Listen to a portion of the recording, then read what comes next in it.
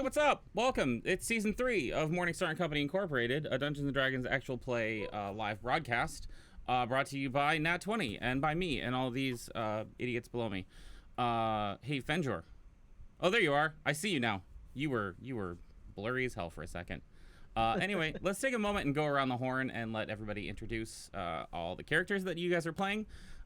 Give as much information as you'd like, including description, since there is a chance that there are people that are just tuning in now for the first time for Season 3. Starting with Mr. Chum. Hello, I'm Mr. Chum, and go by Chum Nation on the internet in places. And I am playing Varys Selvarin, who is a high elf warlock of the Great Old One variety. Who is my patron? I don't know. Maybe we'll find out someday. Yeah. So I also have a familiar by the name of Mistral, which is a pseudo dragon, burgundy in color with crimson stinger at the end of her tail. So she's a good girl. And yeah, I think that's about it. We'll turn it over to Joe. Hello, I'm Joe. I am frantically, because I forgot to open up my note, Word document, because it's been a while. Yep. But I didn't forget who I was. I am Joe. I'm here playing a Warforged named Battle Rogue Series 1-Epsilon, or Bree for short. Sent or somehow designated by a piece of paper to protect the Delg and Hope, and not quite succeeding in many cases, but in other ways I think I'm doing okay. Just depends on the turn order. The whole adventure that Bree's been on has been very interesting, and she has been learning a lot from her companions here, and maybe she'll have some more questions and maybe seek some more answers in season 3. Akechi. Hey everyone, I'm Akechi. I play Delg, the stone-shaping, tree-jumping god praying. Used to be enfeebled-minded. Currently widowed nature cleric. Oh, I forgot about my sword. Very short dwarf, full plate, nice little tower shield that he does fancy things with. Yeah, that's about it. Sarah? Hi, I'm Osarix Franco, and I play Cascade Traylon, the Water Genasi Order of the Scribes Wizard. She is, visually speaking, she's 5'7", around 140 pounds. She has seafoam green colored skin with dark, really, really dark black blue eyes. They look black or blue depending on the light, but they're deeply dark. She has short black hair that always looks wet and like it's moving a little bit in a slow tide. And generally, she's never seen without a book that she carries in her hands. The pages are always slightly damp. Much like her demeanor, Cascade can be a bit of a wet blanket. I'm gonna kick it over to Ash. Oh, hey. That's me. I'm Ash Go by Rabbit here on Twitch and Twitter. I play Hope, the 7-foot-tall life cleric. She's a furbolg. She is like a giant puppy bovine person. Just doesn't know how to handle social situations because she grew up in a village away from civilization. So it's fun navigating that. Yeah, she's a life cleric, so she's there to help people if she doesn't go down herself. That is me. I'm gonna pass it over to Direct. Hey guys, Direct Threat. Playing Fenjor Valdove, level 12 wood elf of the Phantom Rogue variety. I I know a lot of things. I know less things than what I know though. That didn't make any sense at all. I don't. All my memories have been pretty much wiped to this point. We're gonna spend a little bit of time, getting those back at some point during this season. Other than that, I do also have a fancy sword that I've not figured out how to use completely yet. So we're gonna figure that out as well. Hi, I'm DMF Saint. You can find me on Twitch and Twitter at DMF Saint. I played the Dungeon Master for this campaign, which we've been going for quite a fucking while. It's been a long time, y'all. We're coming up on our 2-year anniversary, aren't we? Yep. Good lord. That's crazy. So, who wants to tell me a little bit about what's been happening, guys? Leave it off to you. Oh no.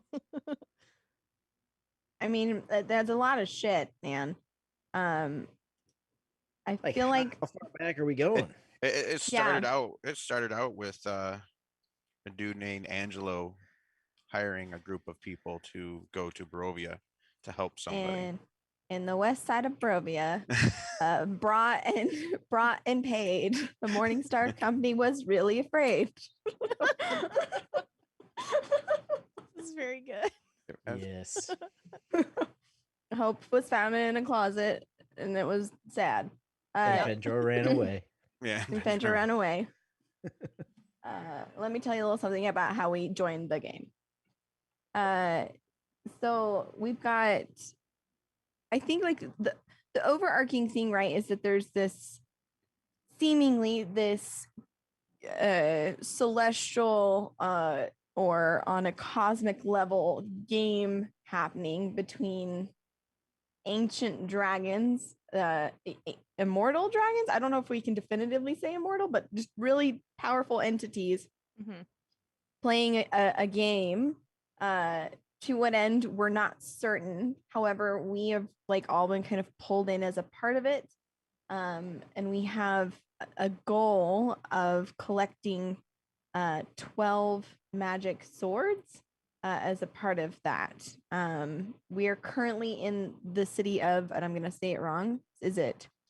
Sigil. Sigil. Sigil. Oh, yeah. Sigil. Yeah. So we're in the city of Sigil, where we have encountered several NPCs from the last little bit who are also involved in this game. One being Angelo Morningstar, his son, and his son Dorian. It seems like where before we were pieces in the game being moved, now we're more aware of it and beginning to take action on how we wish to participate as much as we can influence that outcome. Well, I think also more importantly, right, it's causing disruptions in reality, right? What they are doing is cross-planar and causing problems. So that's another thing. And it's not just swords. We're tasked with swords, but there are other things. I believe books. There's got to be a few other things, because where we take the swords, there's 4 Sphinx, and we've only got 2 of them to bow so far. So there's got to be 2 other entities that need to come into play, whether it's the books or maybe plates. No, one of them is the plate.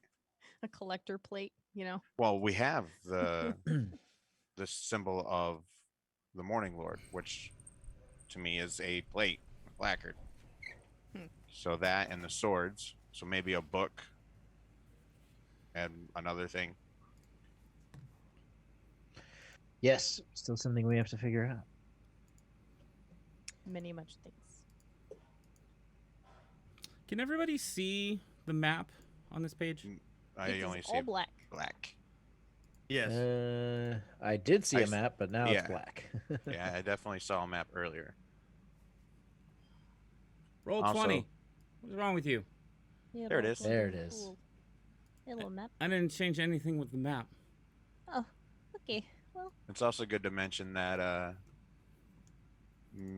Dorian is sending little minions of himself around to do stuff rather than himself. Yeah, simulacrum. Because he a little bitch. Because we That's did, why. quote unquote, kill him, but just a weaker version of him, most likely. Cool, cool, cool, cool, cool, cool, cool. Hopefully, we can get some information from the city and the court, because maybe they got a little pamphlet that tells us the rules of the game. You know, a little handout pamphlet, like, here's your basic rules. Since The game for dummies. That's what well, we're I looking mean, they gotta have something, because if we were in court and someone invoked a rule of the game in the court and we had to, follow the rule, they gotta have something that goes, all right, yeah, these are what you can invoke. Then, like, how can we invoke the rules if we're part of it? Is that part of the game? I just thought that's that was like a because- court procedure at in this city. No, the judge says, didn't- how dare you invoke the rules of the game Oh, okay. in my court? Okay. So, which obviously All right, shows that the court is aware of the game, and to a point, like, it also makes me wonder, because you have the Lady of Pain who scares the bejesus out of gods, who hasn't stepped in to stop the game either, or she could be a player of the game. I don't know. But we also saw the hooded figures come in, and presuming those were the ancient dragons, because that's where we presume that the hooded figures that we've seen throughout are the dragons in human form. And then when we started our battle, they all came in to watch, to, I don't know, maybe judge what happens, to rule on the winner. And then they just left after we won. So, where do we leave off at the end of season 2? Heading back to Tan's. Heroes Feast. Oh yeah, we're getting a big old feast. She finally found that feast for us. She did. I was big. You Yeah, were he was big. big. You Yep. were. It's the Bree was best. big. Battle Mech Bree. So, I'm going to go through a little bit of a tour of the city of Sigil for all of you. This will take place over the course of a few weeks' time. So this is following that meal, that Hero's Feast. This is kind of the time of you getting acclimated to the city. And we'll say that this is kind of like a time of rest, where, yeah, there are things going on, but you have a roof over your head. You have the relative protection of the city you're in. Nothing's really coming after you at the moment. There's a sense of, can I just rest here for like 5 minutes and take a nap? And so you do. You spend a little bit of time. And during this time, Kylie keeps trying to get you to do just that. Not think about anything, just recover and recuperate so that you can come back at everything fresh. Worth noting for those of you who are tuning in for the first time or have never been here before, Kylie is a tiefling. She is a woman who is very close with an NPC that was introduced via a ring in season 1, I believe. Mm-hmm. Yeah. By the name of Tan. Not much is known about Tan except that he is likely Dead. a warlock, possibly dead. Was trapped inside of a ring of mind shielding, is no longer trapped inside of a ring of mind shielding, and had told Kylie somehow that the party was to have his home in Sigil as theirs. So we'll say the morning comes, which is difficult to tell in the city. Because again, the city itself is like the inside of a donut, where if you look up from any given place in the city, you see the roofs and the streets and the people on the other side of the donut. It's like you're inside this tube. There is light that comes in. It does seem to be relatively consistent. So There is a dawn, there is a dusk, but there's always some element of light, at least in most of the parts of the city that you've been in. The area that you are currently in is the Guildhall and Market District.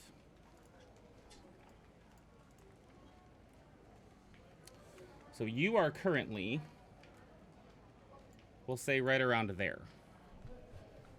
And Kylie starts walking you through everything. Did you ping something? Oh, it's on the wrong layer, my bad. Boop. There. Ah. Good guess. Who guessed it? I did. Nice, my dude.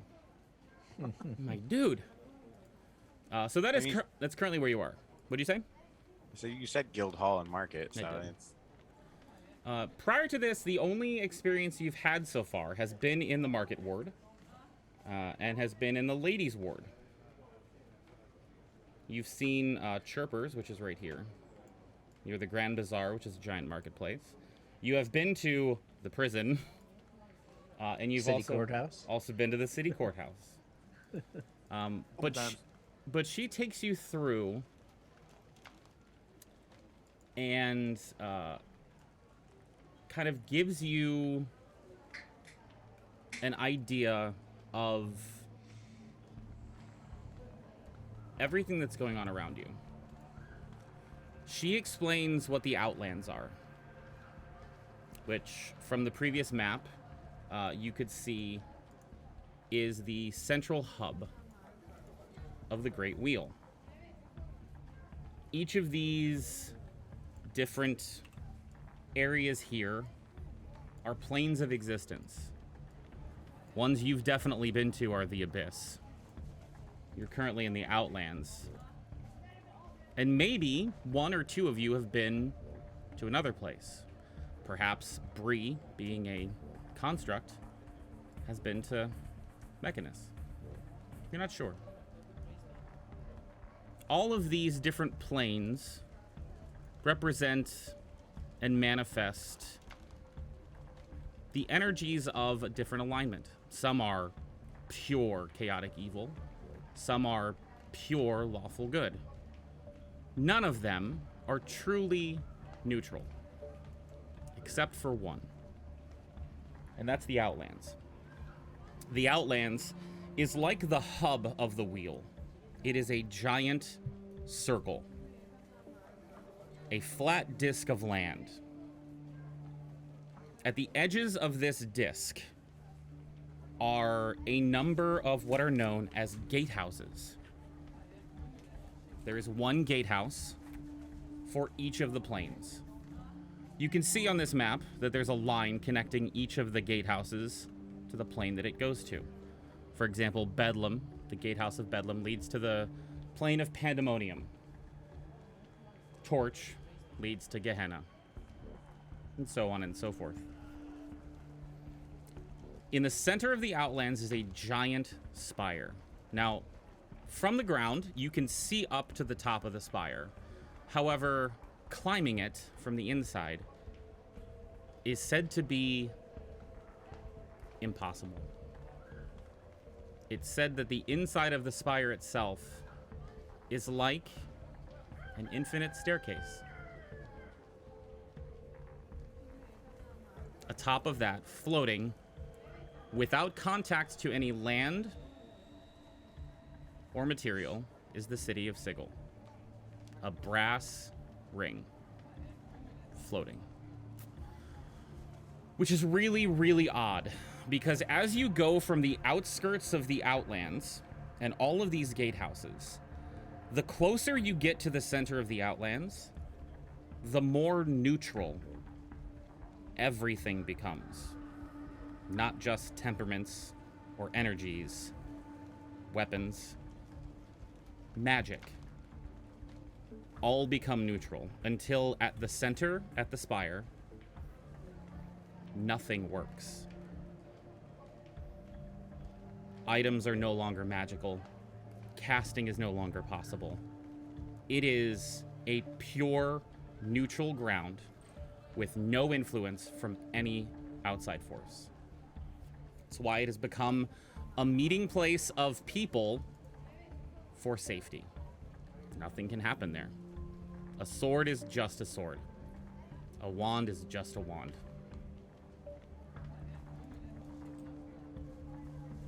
The city of Sigil, though, and Kylie is kind of walking you through the city as she's telling you all of this. And this information doesn't come all at once. It comes in conversations that you have with her. She mentions something that leads you down a path to ask a question about, well, why doesn't teleportation or conjuration magic work in the city of Sigil? Well, it's actually funny that magic works here at all, because we are in the center of the Outlands. Nothing should work here. So this conversation comes over time as she's leading you through the city and taking you out to lunches, taking you out to dinners over the course of these 2 weeks. She tells you that there are other names for the city of Sigil. It is also known as the City of Doors. It is also known as the Bird Cage. Or just the Cage. People like you who have found your ways here are known as cagers. And the reason that it's called the Bird Cage is that sometimes things fly in that can't fly out. And that is because while the City of Doors has doors, each door has a key. And it's said that all of the doors to other areas exist here. There is a portal anywhere within the city of Sigil. You just have to know where it is, and you have to know what the key is. You want to go to Turin? There's a portal here that goes there.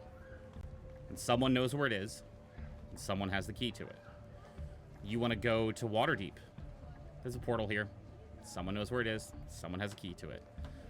You want to go to the Waterfall, Hope? There's a portal here. Someone knows where it is. Someone has the key to it.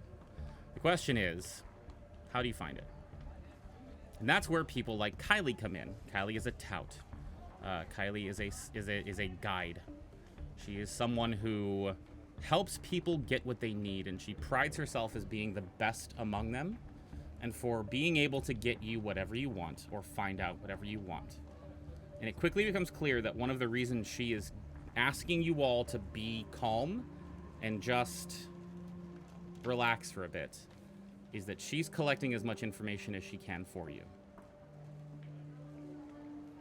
Some other things about the areas that you see within Sigil. The architecture is not consistent at all. There will be a Gothic-looking building right next to a very modern and metallic hut. It is a smattering that is just as wide and varied as the people that are here, which are literally from every plane of existence, every race, every color, every creed, everything is represented in this city. It is a true melting pot. Unfortunately, there are no laws here. Which means there's really no police force or guards. And the city itself runs on bribes, grifts, thievery, violence. She's always constantly warning you to watch your purses, watch your items as you go along. People approach you to try to sell you things on the street. She instantly puts herself between you, saying, nope, that's a grift. They're just going to take your money. However, there are factions, 15 in total, each of which have their own agenda, each of which have their own laws. Some of them are more respected than others. Some of them are more prevalent than others. Some of them are more followed than others. For instance, you would have seen some of them, or you have seen some of them several times before. The guards that had taken you to the courthouse were all of one specific faction, known as the Harmonium. They kind of work as the policing force for the city of Sigil. But there are other factions as well. There are factions dedicated to knowledge. There are factions dedicated to warfare. There are a multitude of factions within the city. And the day-to-day kind of politics, culture, and interaction beyond the traveler's hub that this is really defined by the wars between the factions and the conflicts between them. The city itself is constantly changing. The streets change orientation, direction, what they're made of, whether they're lit or not. Buildings themselves change in shape, size, and orientation. All at the whim of two separate entities. One is the Lady of Pain, who is a semi-constant presence, a giant woman dressed in a long flowing robe, almost like a kimono, wearing a mask that surrounds her face with glistening sharp blades. And every time she comes by, this giant figure literally floating above and just slowly traveling. The people that are underneath her and around her go quiet, as if in reverence. Kylie is quick to warn you that it is not actual reverence, and that if you were to worship her as a deity or treat her as such, you would instantly incur her wrath and ire. Her agents, the entities that she uses to carry out the day-to-day activities of the city, are called Dabus. They look like they're straight out of Dr. Seuss. They are these monk-like, almost like clergymen that kind of seemingly float around on the ground. Their long flowing robes just kind of trailing behind them. They don't speak. They don't interact with anyone. They're kind of like silent watchers. They are the ones that enact the different changes to the city. They're the ones who create the different neighborhoods. They're the ones who shift and change and create things like mazes, one of the Lady of Pain's most favorite torture devices. If you are caught doing something that invokes her wrath, you will likely be mazed, is what Kylie calls it.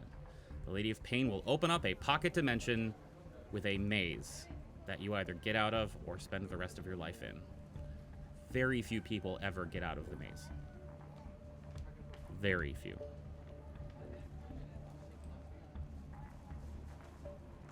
She mentions that with the factions, each of them has a leader called a factol.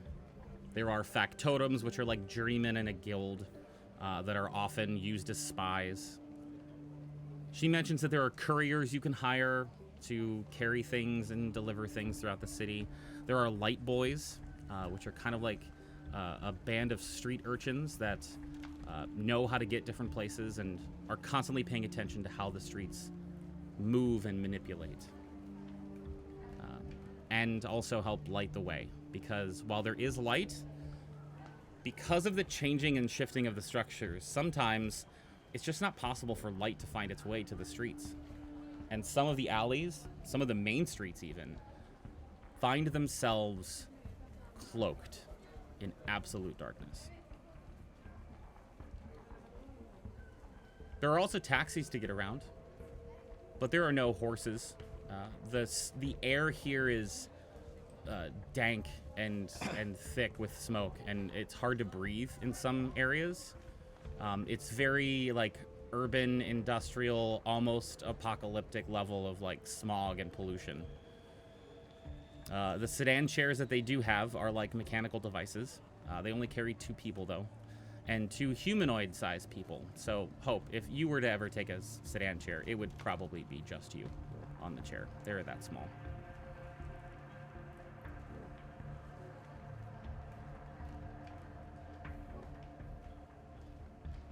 You get all this information throughout all of your time spent with Kylie, as she takes you through the different wards of the city.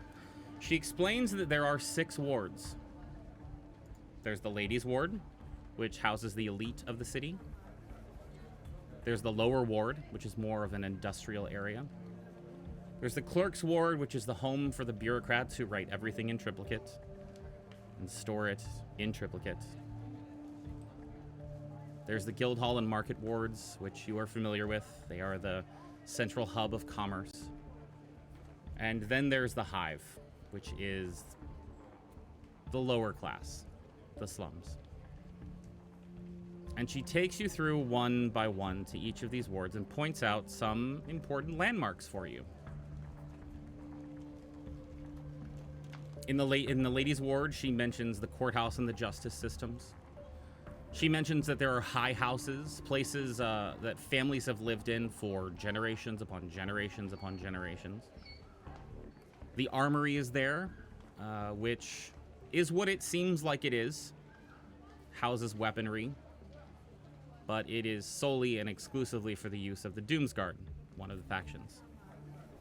There's a restaurant and tavern called the 12 Factols, which celebrates the place where the original 12 factions pledged their allegiance to the Lady of Pain, which does strike you as a little odd, considering her anti-worship law. There's the city barracks, which is run by the Harmonium, city courts and the prison. There's a tavern affectionately known as the Court of Pain, but it's actually called the Palace of the Jester, which is a neutral meeting ground for the elite, brokering deals here and there. There are other bars like the Fortune's Wheel and the Golden Barrier Inn, temples. One in particular brings chills down Hope's and Delg's spine. It's called the Temple of the Abyss, and it is made out of black stone, not quite obsidian. And the decorations on the outside are all silver blades. And as you are walking past it, the several times you might, it radiates pure evil. Just getting close enough to it makes your skin crawl. And Delg, you start to get a sickening feeling in your stomach, similar to when you were outside of the Amber Temple. It's enough to make the two of you want the group to go a different direction if Kylie tries to take you past it. There's also a place called Treban's Forge, which is known for making beautiful and very high quality weapons and armor. So much so that the price of these is between 500 and 1,000 times what you would normally expect. And it's worth every penny. She takes you to the lower ward, the Industrial Center, where the Godsman faction has their workshops and warehouses and furnaces. And there are a couple other places that she points out to you that she thinks will be of particular interest to your party. One is a little shop called the Hands of Time.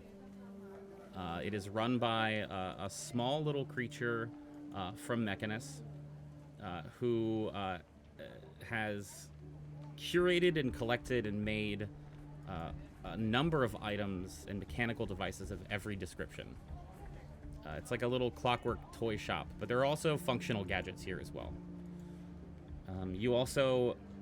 She also makes note of a place called Bones of the Night.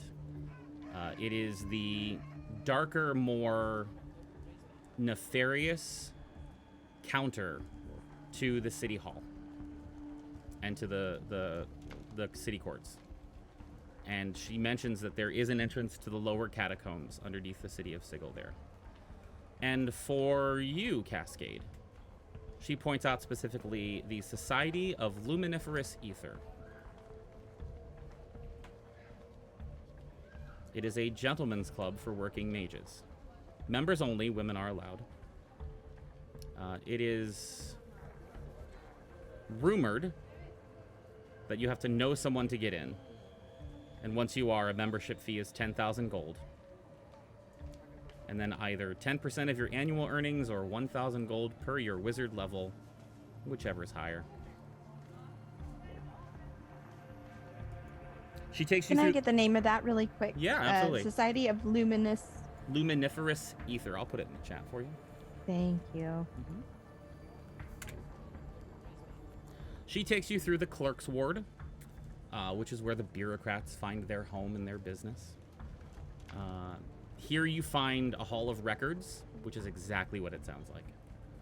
You find the hall of speakers, which is a hall that anyone can think of it like a hotel conference hall with many rooms that you can rent out if you are of any sort of status within the city. There's Tensar's employment service. First of all, yes, that Tensar. Second of all, if you're looking for work, this is where you should go. Third, Delg. She makes a point to point this out to you. Laz School of Vivid Unpleasantness.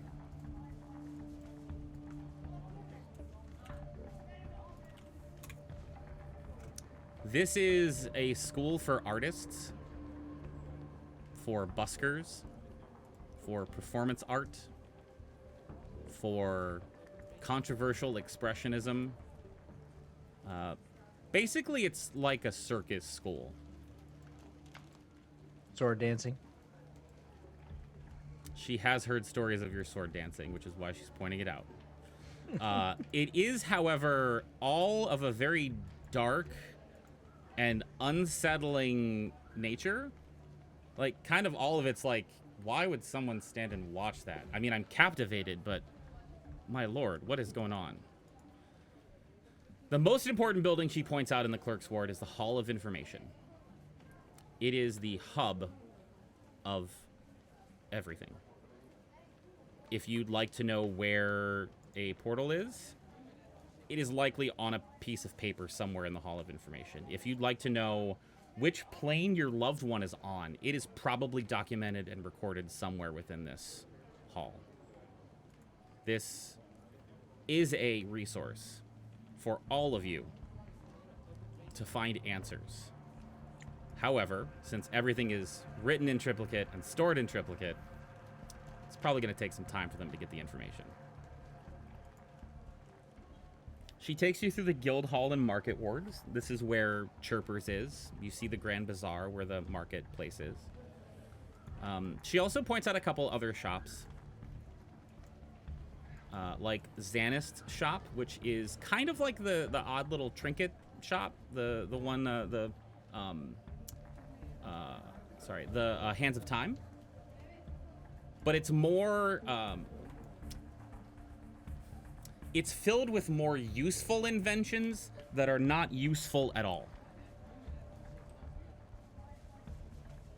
Like a water wheel that takes water that's poured onto it and pours it onto something else. It's just like inventions of somebody who wanted to make an invention. There are some fun things there, though. And it might be worth a stop by. She also points out the Great Gymnasium, which is like a giant sports complex. One of the factions finds their home here. They're called the Ciphers. She points out Tan's home every time she goes past. And the interesting thing about Tan's home, which you are now staying at, is that it is very plain and small. It's a one-story building squished between two larger buildings that loom over it on both sides. The first time you came to the door, it was so small and kind of like unassuming that you probably looked around your group and were thinking, I don't know how the 7 of us are gonna stay here. This is a shack. This is like a little one-room studio. But as the door opened, the interior was a lavish, palatial mansion.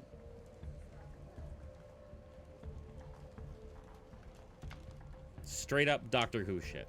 Bigger on the inside than the outside. And Kylie makes note that the house itself has altered over time, but the inside has been maintained. She hints that there might be a reason for that, but Tan has never said. Assuming that you guys would have made enough friends with Kylie to tell her some of the stories over these 2 weeks of the experiences you've had, or assuming that she has gotten you drunk enough a couple times to open up, Delg, she would have pointed out a place called Zach's Corpse Curing.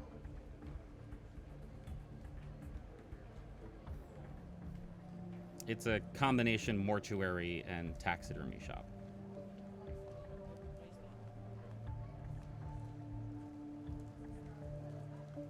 And then she takes you to the Hive. This is a dark, dirty, trash-filled, acrid air, horrible part of town.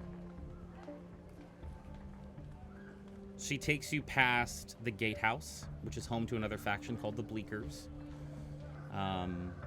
where she tells you that there is what is called the night market, but you would know it as a black market. The kind of place where you can find anything you're looking for as long as you don't ask for names, don't ask for guarantees, and don't ask for change. There's also the Greenstone Stables, where you find animals for mounts. Kylie says never to go there. While the mounts themselves are of fine quality, unless you're taking them out of Sigil, they won't live very long. There's the mortuary here, which you would assume would be in an area like this, outskirts of city, closer to a graveyard area.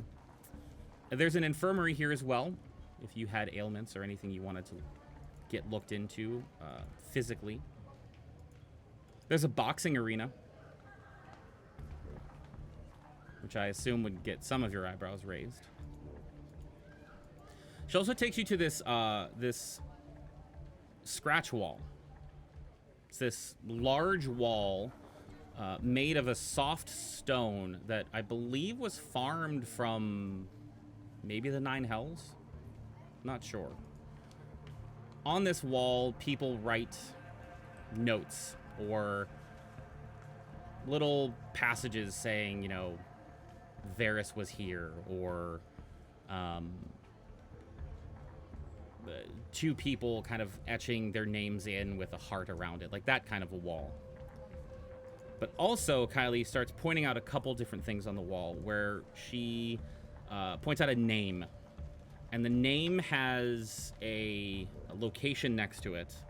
And then there's a series of O's and X's. And then she points out another one, which is a similar format, also ending with the O's and X's, but there's more of them and they're in a different order. And she tells you that there's a hidden code, kind of like Thieves' Cant, that denotes, so this is a fence. This is someone who can get you a new identity. This is someone who can forge you documents. It's kind of a communication board for the underbelly of the city.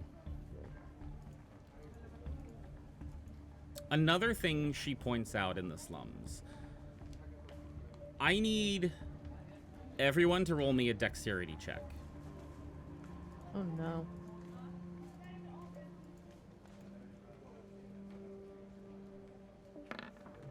A check, not a save, so A just check. a straight. Well, nope. 9.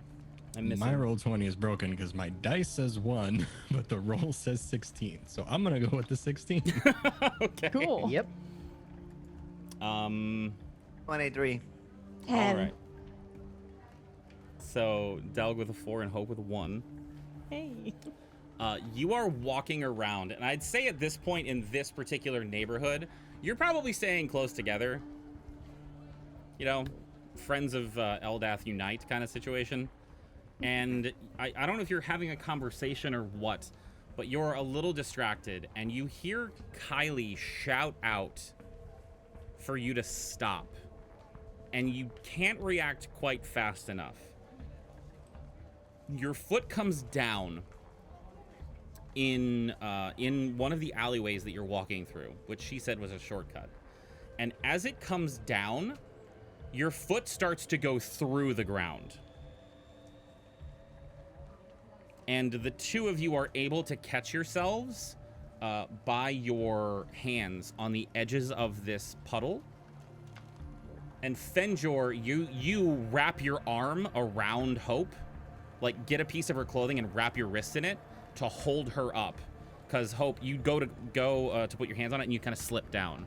And among the group of you, you're able to pull Hope and Delg out. And as you look at the puddle now, what you had at first thought was light glistening off of the, like from the lamps in the alleyway, was like this amber glow of the water. But it turns out there are no lamps here. And the only light has been coming from Kylie and a lantern she's holding up. the puddle itself is just glowing this amber color. And she genuinely seems embarrassed that she forgot to tell you about it. This particular area, for some unknown reason, has ooze portals. They are one-way tickets to the para-elemental plane of ooze. It is essentially a one-way ticket to death. They don't know why they're here, and they usually fade within a week or two. But if you see any sort of puddle on the ground that has an amber glow, you should probably avoid it.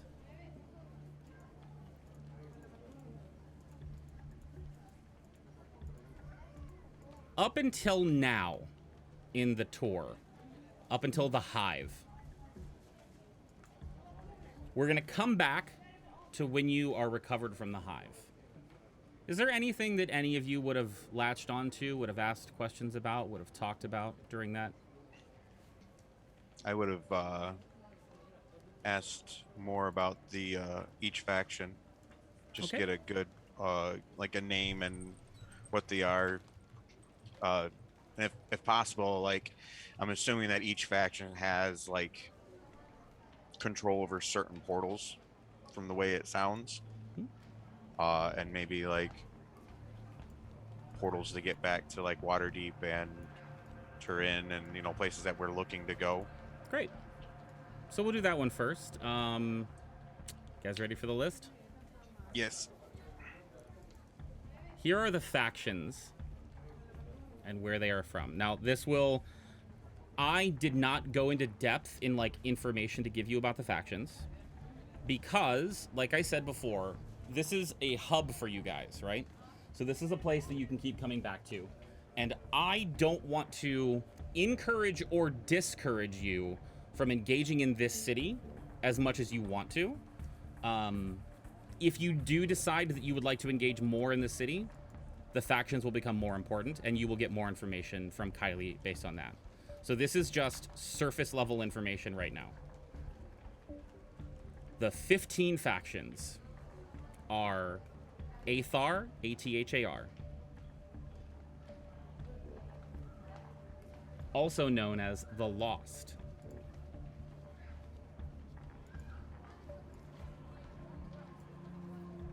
Do you want buildings and wards too, or do you want to wait for that? You Well, just want a wait, list of the factions? Just the list of the factions, like you said, one of them's like of knowledge and stuff, like so something like that. Just like the faction and what they're known for, I guess. Okay. I will have to give you what they're known for aside from this list because it is not in this list in the book and I have to go to a different place for it. That's fine. So just the names would be fine for right now. Sure. Athar is one. They are also known as the Lost. Another is the Believers of the Source.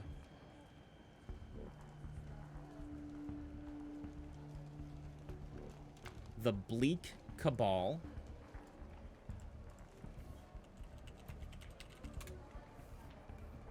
The Doom Guard.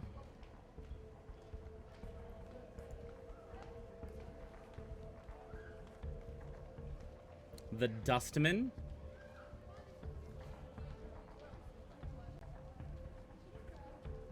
The Fated. Fated or faded? Fated. Okay. The Fraternity of Order. The Free League. And I know that you're taking notes, but I will give you that too. Harmonium. Mercy Killers. I want to be their friends. I'm just kidding. You really don't. No, I really don't. Well, I mean, they believe in justice and retribution, so maybe. Revolutionary League. Yeah, Hope's big on retribution. Yeah, totally. Sign of One.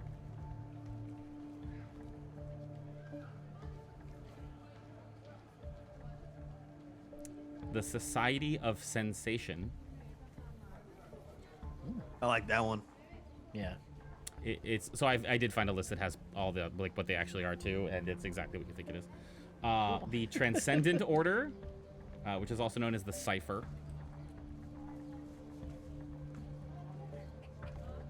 And the Zao, this is not going to be easy, so I'm going to have to put this one for you. The Zausatect. I put that one in the chat for you. Then the 16th one, Morningstar Co. Interesting to note. Kylie makes a point that Morningstar does not have an outpost here.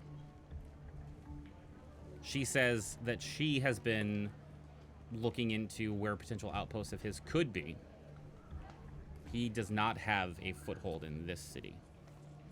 Are these like constant in the city, or do they like come and go sometimes? Do people just kind of build their own, or as far as the factions, these are constant. The 12 of these have been around for as long as anyone can remember, or there's a record of, and there are others that have been added on since then.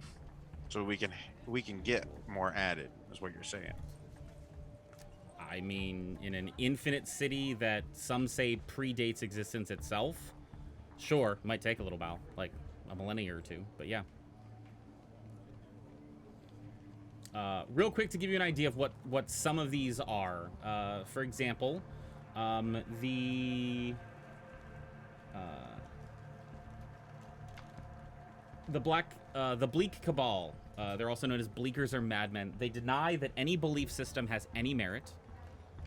The universe has physical rules and no metaphysical or philosophical ones. So just physical empirical data. The Fraternity of Order believe that knowledge is power. The Harmonium believe that peace and stability can only be established under one rule, theirs. The Mercy Killers, peace and stability only established under one rule. The Sign of One believe that everyone is the center of their own reality, and reality can be reshaped by the power of imagination. So a lot of drugs in that house. Oh yeah, imagination. The Zausateks are chaos men who believe that the only truth is revealed in chaos. Things like that.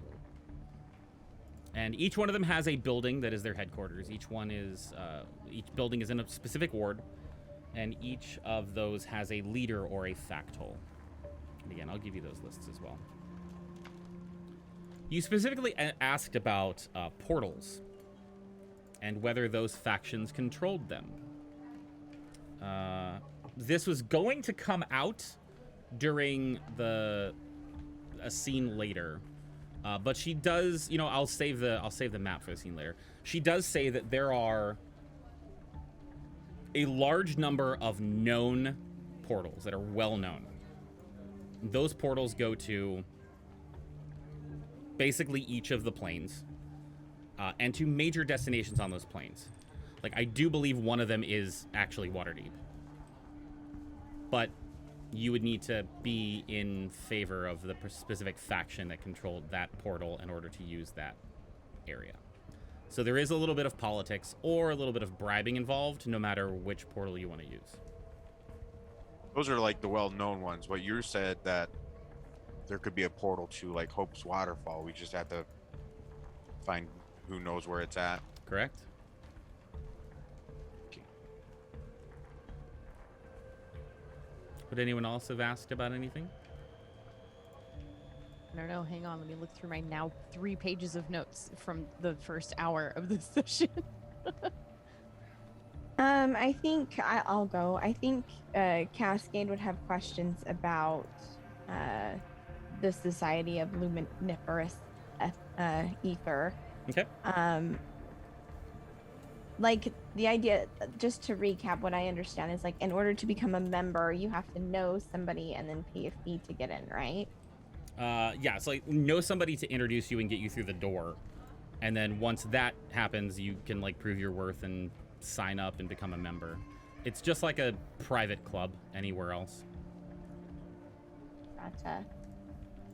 And like, what kind of information, or like, it's just like a mage club? Like, what's their appeal? So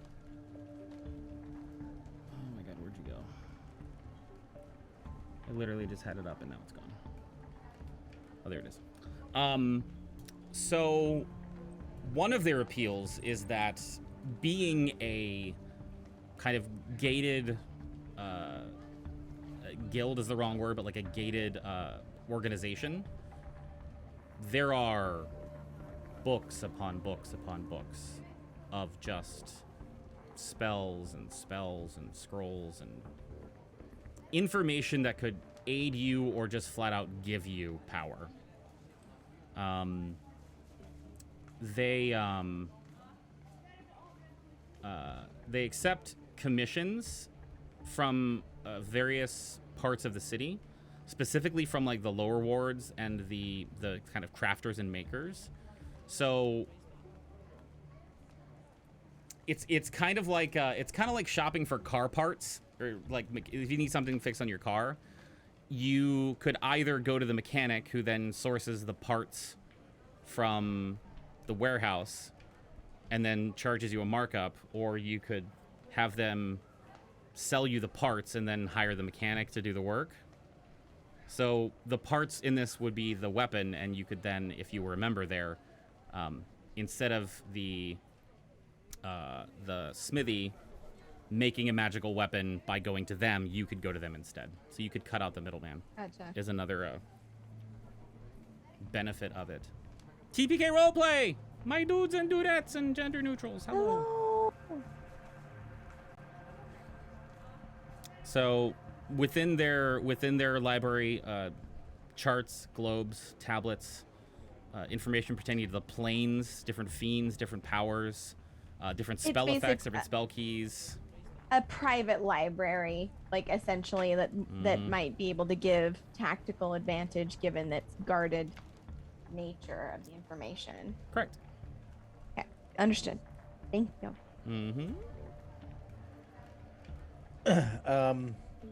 I missed when you were talking about the like the courthouse in the hive. Was it the hive area? Yeah. So it's kind of like an anti-courthouse. Right. So let me go down to that. But it has an entrance to the lower catacombs underneath it. There are several areas that have entrances to the catacombs.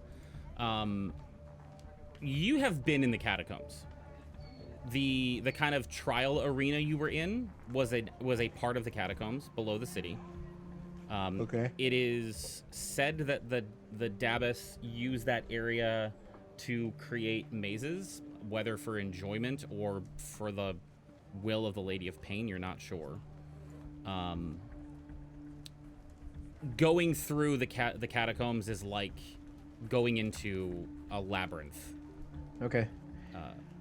The place was called the crap. I've been Bones of stalling Night, it. right? The Bones of Night, yeah. Bones of Night. And I guess related to that, why would the other courthouse or the law of the city allow this place to exist, or is it sanctioned? Is it like on the level? So there's a short answer and a long answer to that. Okay. The short answer is there are no laws in the city. Okay.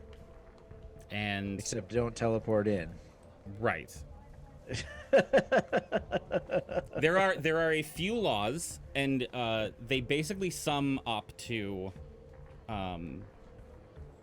you cannot threaten the safety and security of the city. Right. And thus the borders themselves are held and maintained by the Lady of Pain herself. So much so that the gods cannot cross the borders. Right. That's one law. The other law is don't worship the Lady of Pain. So, but the thing is, you can't have a city of this size without some form of order. Right. Like, it would just go into utter chaos. So there are kind of like established laws is the wrong word, but laws. Right. And that's kind of what are handled at the courthouse. Plus, there are the contracts that are done and etched in the gold plates and put into maroots. So who controls the Bones of Night? The Bones. Is there a faction in charge of that, or? Yes. But of course, I'm having trouble finding it in this fucking book. All right, Bones And of Night, then where are you? I guess related to that is who controls the other court that we were in. Does a faction control that? Yep. So the Bones of Night is controlled by the governors. Okay. It is also a font of knowledge, like the Hall of Records and the Hall of Information. It's just less regulated and organized. It is more focused on learning from the past, and by past usually means from dead or ancestors. Okay. In this regard.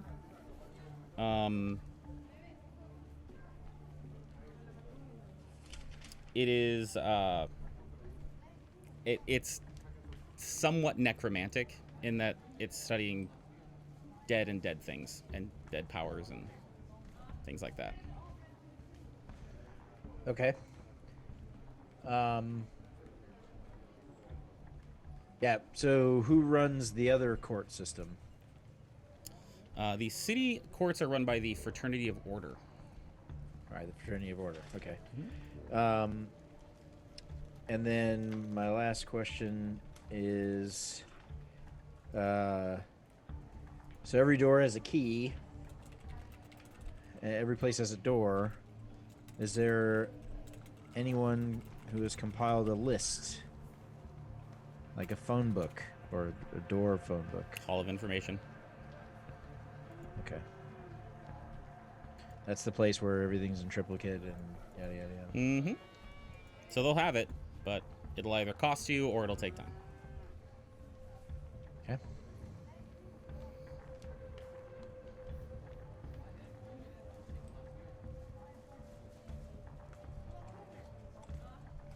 I have a thing, also related to the Hall of Information. Okay. I want to know where my brother Fettel and Cascade's mother were taken to.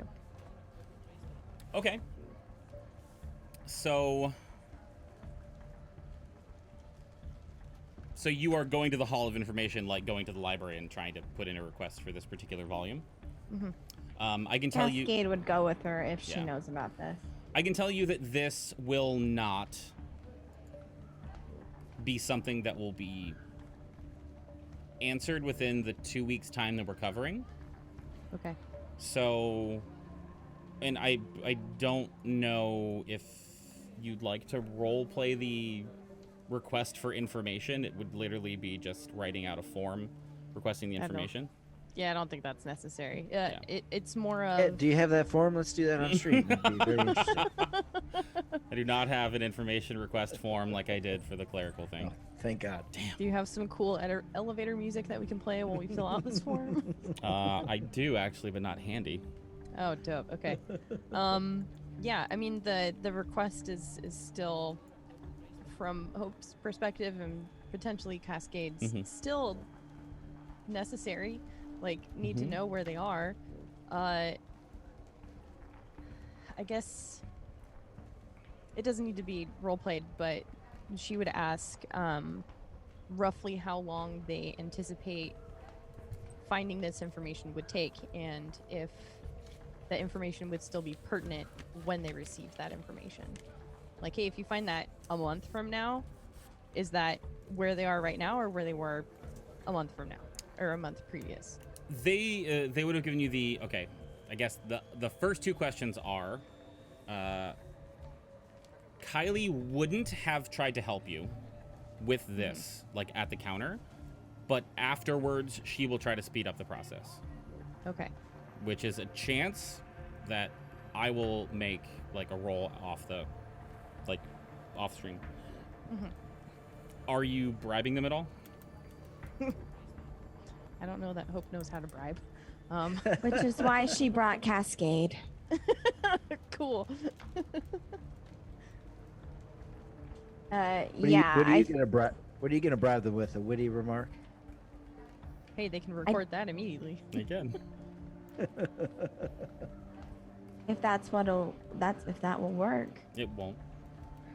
It seems like Unfortunate. it's the like, as you broach the subject, it's not even like Like, you know how sometimes, like, a bribe will start to happen, and they'll be like, hey, keep it down. Like, don't, like, what are you talking about? It's very, like, okay, well, how much? Like, it's very perfunctory and, like, yeah, no, this happens. This is part of it. How much are you willing to pay to get this done faster? Look, you're just paying the line skip card when you go to Disneyland. That's what you're doing. Basically. Yeah. Right. And you get the sense that the more you pay, the faster it'll happen. And do they take actual coin or do they require information? What's the kind of payment that they prefer? They would have seemed... Look, Kylie would be able to tell us this information. Yeah, but Kylie's not helping with this, like I said. She would have sent them on their own and said, like, you can bribe them. She wouldn't have said what. Okay. Information is useless to them. Especially as newcomers to Sigil, like, you would have nothing of value to them. It would be something of material worth. Coin is probably king in this particular instance. Okay. I mean, I think given Cascade's background, would that lend itself at all here? Like, understand, like, would she be able to get a feel for it? Because it's one of those things you don't want to, like, walk in and be like, slip like a $2 bill across the counter and be like, help me out with this boat. Yeah. I mean, $2 bills are kind of rare. You know what I mean. Here's Sure. 5 copper. There's more where that came from. Right. Like, not over. Like, Cascade would try to bribe, like, not an exorbitant amount, not enough to, like, be remembered. Like, oh shit, that person came in and slammed down 50 platinum for this. Right. But enough that it's like, this is urgent, but not pinging any radar alarms of like, oh shit, this person really wants to know this. Okay. So make me a persuasion check at advantage, because you are doing this on behalf of Hope. Hope is there helping. There's other factors involved. Okay. Persuasion at advantage. Here we go. I'm terrified. I believe. Well. 11. Hey. You get the sense that about 100 gold is the minimum to actually affect any change whatsoever. Would Cascade share this information with Hope?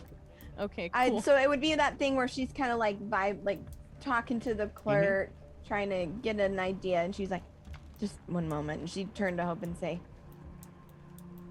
it will cost, but it'll probably be worth it. We're talking upwards of 100 gold to start. I advise that we don't go exceedingly higher than that, as we don't want to draw attention to this information and make it appealing for others to look for as well. The clerk would have pointed out too, overhearing that, because it's not a loud or boisterous room. Like, it's kind of a library. Like, if you're talking there, they would hear you. And it's not taboo that you're bribing them. It's accepted and expected. So he would just give you this information. Also, the more money would give you the more accurate and the more timely information. I see. Okay. That would light a fire under Hope's tush, and she would pay them 100 platinum.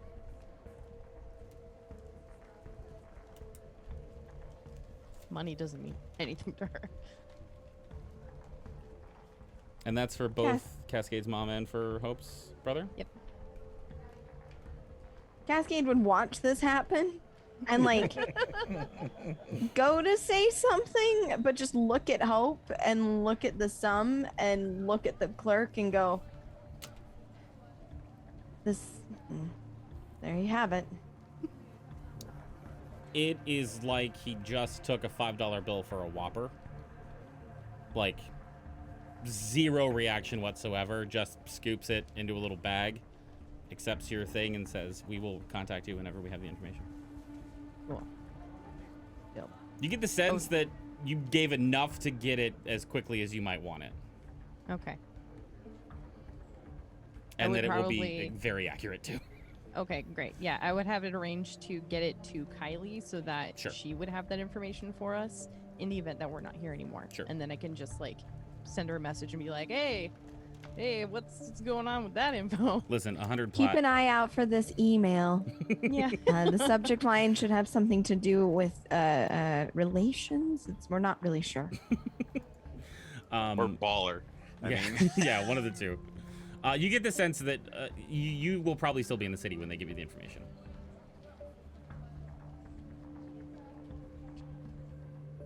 So we got that one out of the way.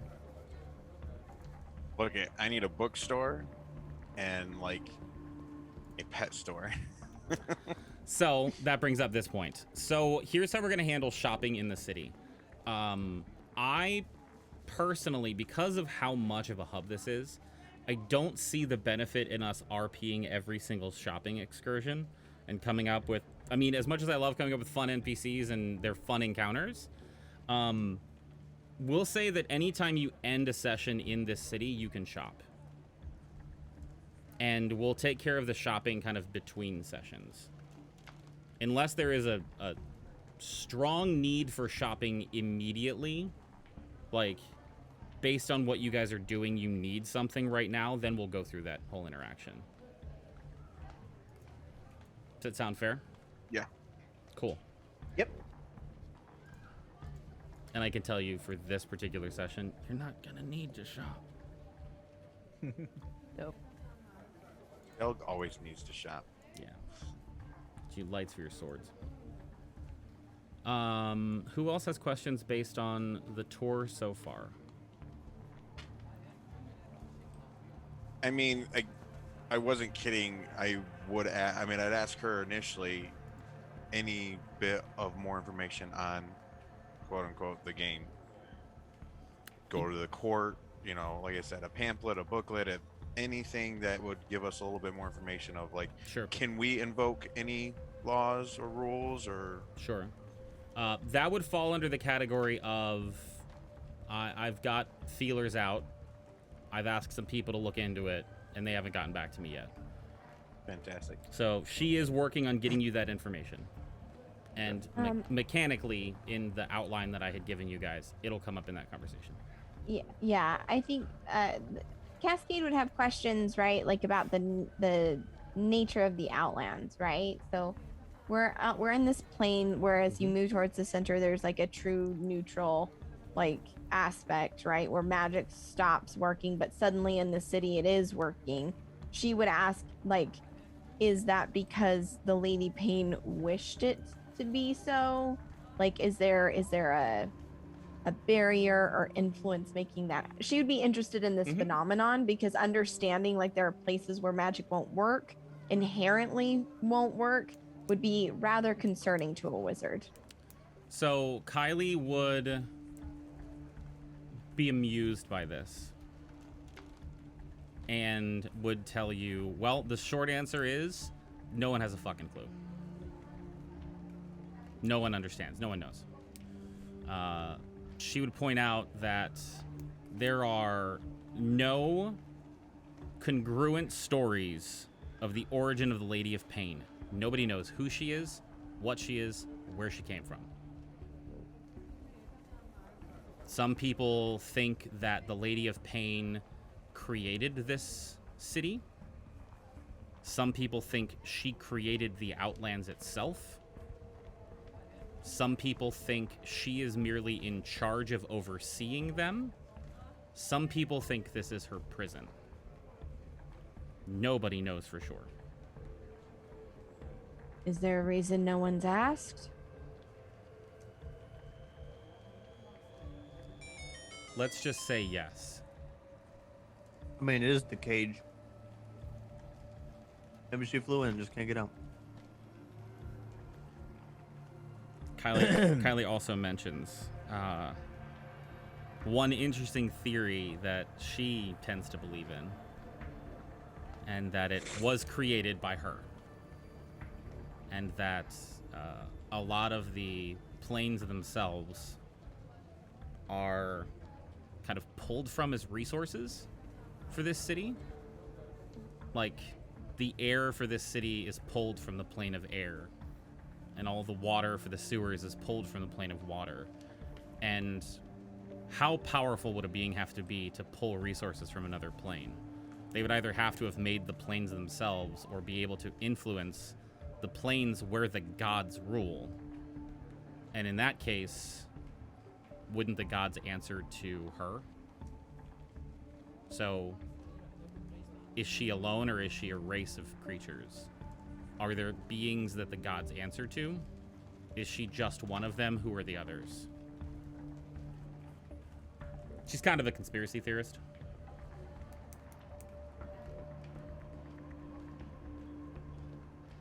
She assumes that the gods all answer to the Lady of Pain. How else would she be able to keep them out? Because the gods can't use magic here. Magic can be used here. She does point out to you, Cascade, in particular, but also to Delg and Hope. Actually, and Varys, now that I think about it. While magic can be used here, some magic cannot. Specifically, any teleportation magic. Even if it just teleports you 10 feet.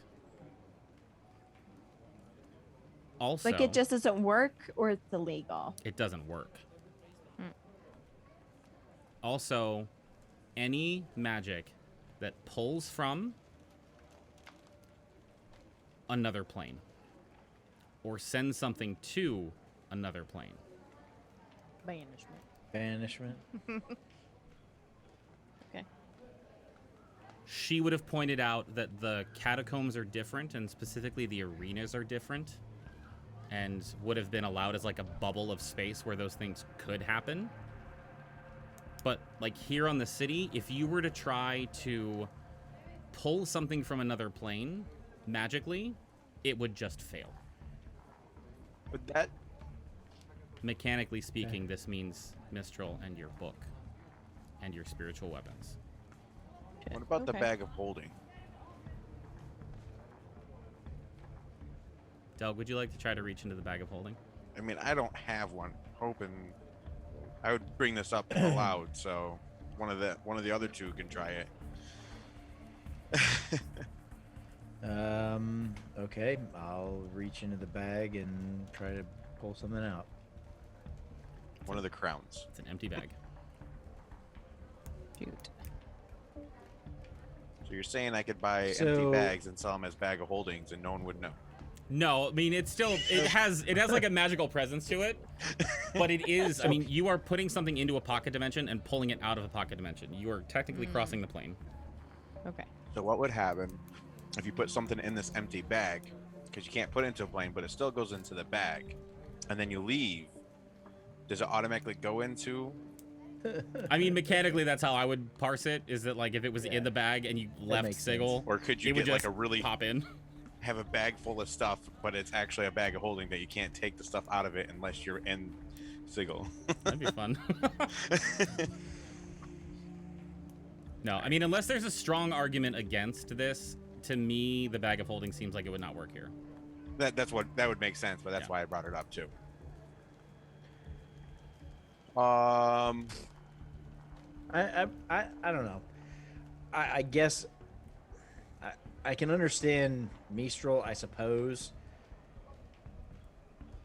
because it.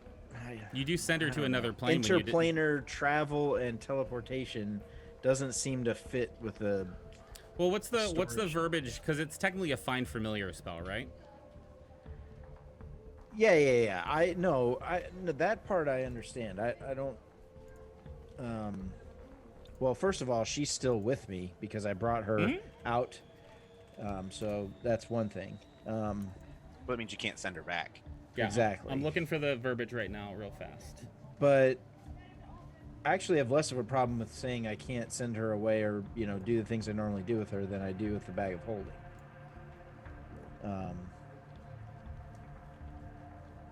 Because it's more about the utility of the bag. It's not used to teleport things somewhere. It's a storage device. So it's, I mean, Yeah, but it's not just teleportation though. Like banishment is to another plane. it's takes not it an out of this plane. interplanar travel device. Like you're not going anywhere. You know what I mean? You know what? I will give you that the definitions are different. It doesn't say to a pocket plane. It says to a pocket dimension. We'll argue that a dimension is not a plane. You can use your bags of holding, and you can use your summoning books and other things. I was gonna say I kind of love leaving it. I kind of don't want to say anything, but like my spell book, the mind is the book. It's Sure. like not like it's coming from somewhere Cool. else. It's from within the book itself. But You- I kind of love the idea anyway, so I'm cool either way. You have all officially changed my mind. You can use stuff as long as it says dimension and not plane. Okay. Anyone else have any pressing questions that don't actually involve figuring out the greater mystery that is Morningstar and Company Incorporated about the city of Sigil itself? I'm doing what Ash is doing, going back and rescanning through. Touts, right? So we have Kylie. Are these entities like just random people?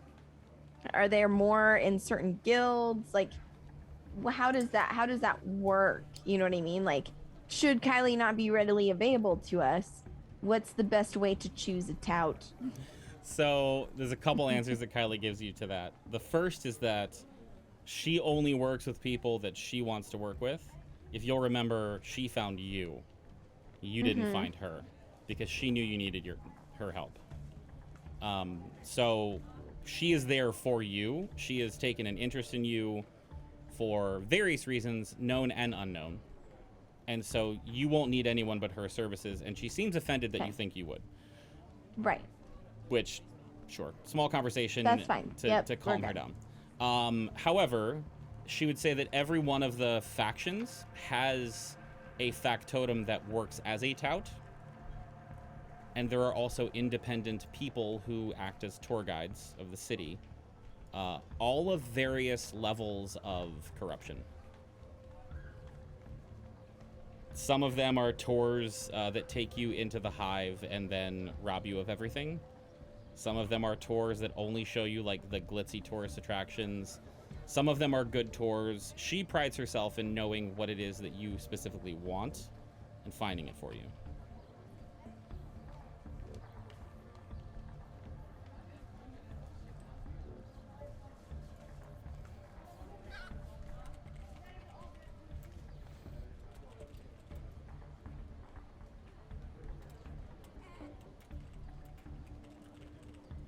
I mean, I think until we get going, those are really the only questions that I have. But the geography of the city constantly changing, just keeping track of like the light boys and stuff like that is the best way to know where to get to things, right? Like, do things generally stay in the same area? It's not like one day the guild hall's gonna be like on the completely opposite end of town. No, I mean things like the major landmarks tend to stay in the same area. Perfect. It would be if you Yep, if you found out that there was a portal in a certain area and you didn't know how to get there, you would need a guide. Gotcha. Thank you. Also worth noting, the key she mentions that the keys can be anything and the portals can be anything. It could be a doorway, it could be a window, it could be a large chest that you open up and crawl into. That's just a chest unless you happen to have the thing on your person when you crawl into the chest. Like, it could literally be anything.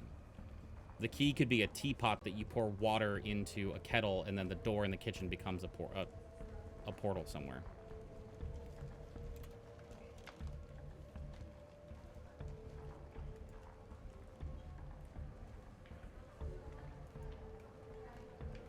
How does one get back if we can't teleport to the city? Kylie says it's a great question. Through the same portal you came? If you have the key, you should be able to go both ways.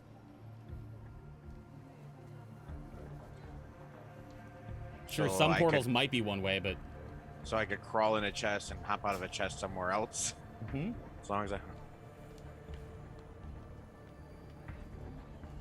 Just strap that chest to your back and take it with you. So, I mean, that begs to ask.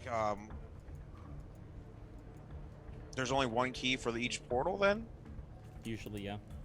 Because that to me sounds like it's a one-way trip for one person, especially it's like a locker or a chest. Like if I open the door and walk through with the key, then someone comes in behind me, they don't have the key. So how would a group of people go through the portal? Holding hands. Something you would need to negotiate with whoever has control of that portal. There is no way in and out of the city of Sigil besides those portals. And every portal is controlled by someone. So I'm assuming that the established portals that the factions control, that are the known portals, going through it, there should be the same faction on the other side with some kind of outpost. Potentially. Okay. So it's probably pretty smart to have some sort of sign or paper document saying that you are allowed through this portal so you don't get attacked going through the portal. Kylie definitely indicates that that is not a bad idea, and that travel to and from the city is going to be a concern that you have to address almost every time you leave.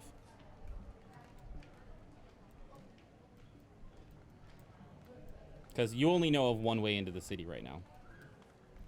Yeah, and right into a jail cell. Pretty much. And I don't think it's gonna be easier next time we do it. Probably not.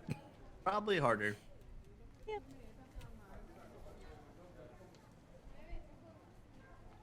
I think that's it for me. You know, I'd odds in it explore. I'd go watch the circus. So, if everyone has done the things that they has asked the questions about the tour that they like to ask, that would bring us to the incident with the ooze puddle in the hive. Kylie would have resisted taking you to the hive as long as possible because it is not a great place to be. She would have been on edge the whole time. She would have been constantly looking around. And correct me if I'm wrong, Delg. You have a preternaturally high passive perception. Yeah, it's almost pointless for me to roll perception now. So you would have noticed that you were like during your time in the city, people have followed you. It's a near constant thing. You guys are the newcomers. The people in the areas you're in kind of know who's around. And the newcomers always have a little bit of a shine to them. And so you guys have targets on your back and have since you first got here. So you've been aware that people are looking at you. People are following you. There are people that are looking for an opportunity to take your money or take advantage of you or push you down a dark alley, whatnot. And you've been able to kind of warn off everyone and like say, hey, there's somebody following us, or hey, look around that corner, like there's two people standing there, we need to walk away. Like you've been able to pinpoint the dangers, so to speak. You are a little bit out of your element in the hive. I actually do need to know the number of your passive perception. 28. 28.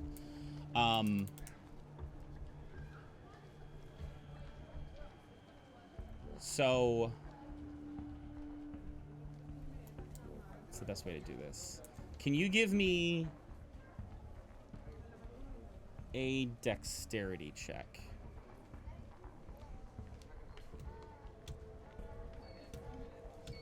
$17.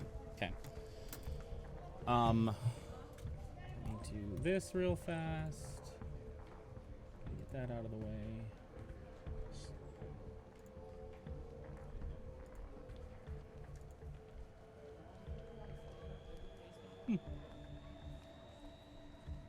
Weird that showed up on there, but hey, whatever.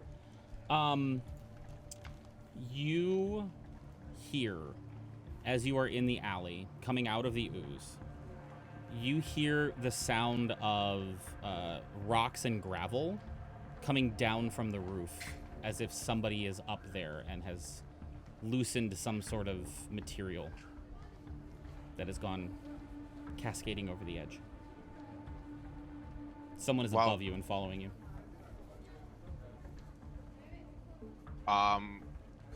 I think I would mention something to Kylie, seeing how she's more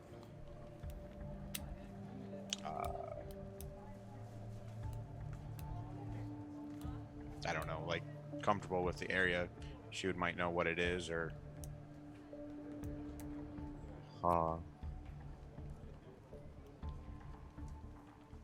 Yeah, we're being followed. I thought I told you to keep an eye out. It's not surprising.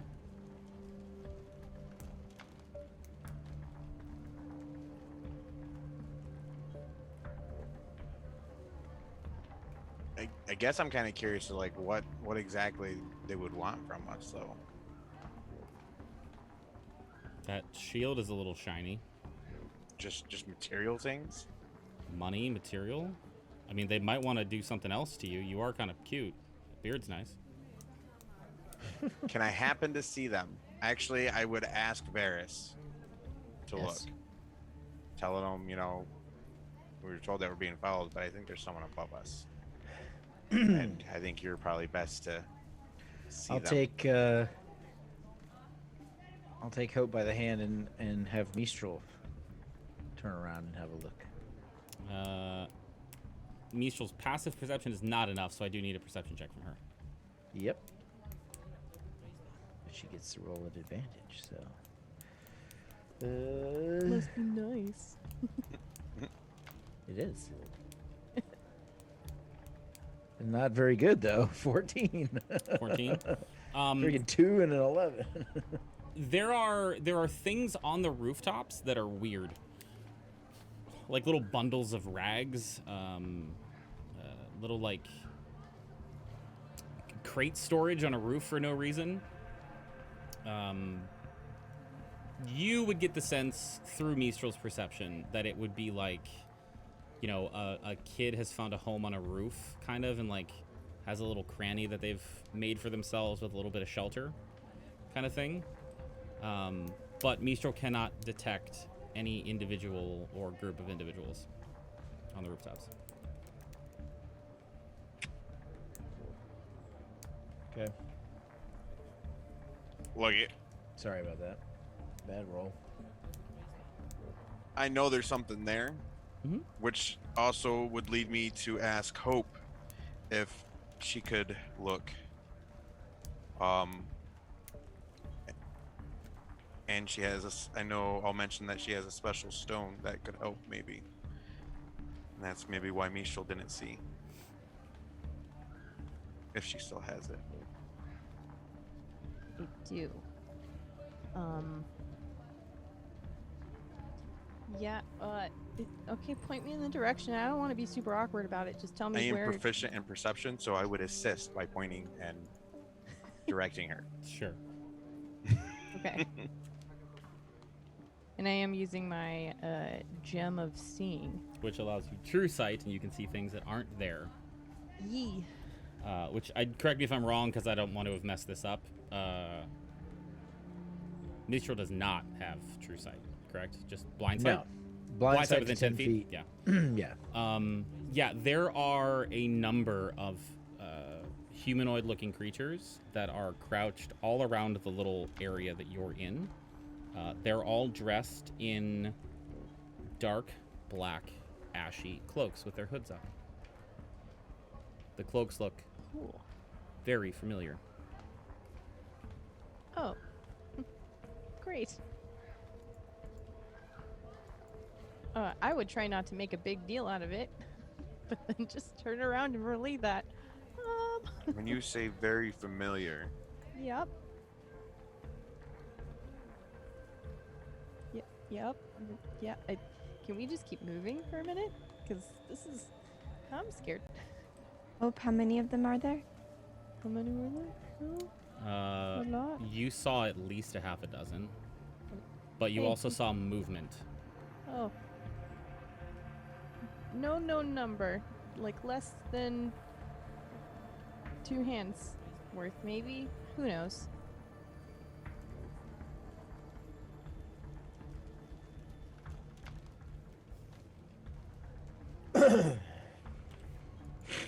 If we would keep walking, I would keep turning around to check,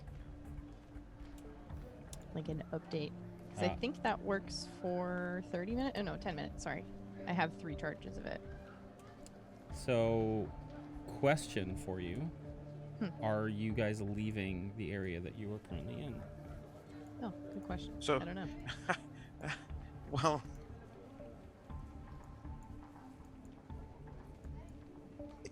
I guess I need to be clear because you say we know. Like, are we talking about like the big boys or The big boys. Is this? Like The hooded Max figures? and Yeah, Max. like why the hell would they be here though? the players, seemingly. And why would they be like Because following us? They need More to than check just the on shields. their pawns. They need But to check on the several pieces. of them. That means. Honestly, I think like Delg would like stop following Kaylee for a second, and he'd just be like dumbfounded, like, Well, at this point, you guys are kind of in an area. You're not moving. right. Because you Okay. kind of stumbled into the puddle, pulled out. You heard the thing, asked Hope to look. Hope looked, said that, communicated it. You guys haven't moved yet. All right, so well, in Delg's understanding, like hiding seems pointless to them. So he would literally step like away from the group a little bit and kind of like glance around where I saw or whatever, where Hope said that she would have saw them, and I would blatantly out loud ask what they wanted. Because my understanding, these hooded figures are pretty freaking powerful, and if they wanted something from us, we wouldn't have it. Like, I'm not Yeah, looking to I fight. I'm agree. not aggression. I Like, agree. they're watching us. Maybe they're here to help, or they're just I don't know. But see if I can get any response, because if they wanted to do something to us, then we can't stop them. We do want a bribe. We do. Make a persuasion check for me. I would help him with that. Sure. Awesome. So It's like Oh wait, flailing your you arms. wait. You said persuasion. I Mhm. can't help you with that. Oh, okay. I can't help you with that. I'd like to roll that again. Yay, I have- luck. Nice. Even better. You can't tell whether they responded or not. Well, with them, I'd like to remind you, only Hope can see them right now. yeah, with no response. I mean, I wait a little bit, and I would just shrug and be like, "Well, obviously, they don't need nothing," and I'd be ready to carry on wherever we're supposed to be heading to. Like, it just doesn't make sense why they're looking over us. Like, I'm not even like, I'd be saying this as Delg, Mhm. and I would be saying it out loud. Like, Yeah. I'm not hiding it. Like, And I would be agreeing with you. I don't understand why the subterfuge, unless they want a private meeting later, but they could just go where we're going. I mean, I don't think we have any say in a private meeting. Is that not what we're saying? Could we not just ask as Cascade kind of looks up at the like roofs around, just shrugging? oh, I'm saying they want to have a private meeting. Once we stop somewhere, Sure. not here in the middle of wherever we are. That's all I was saying. Sure. I just feel like if it was really a private meeting they were after, we wouldn't be like moving. Like they would just take us there. well, they can't teleport, I bet. That's a good point. That's true.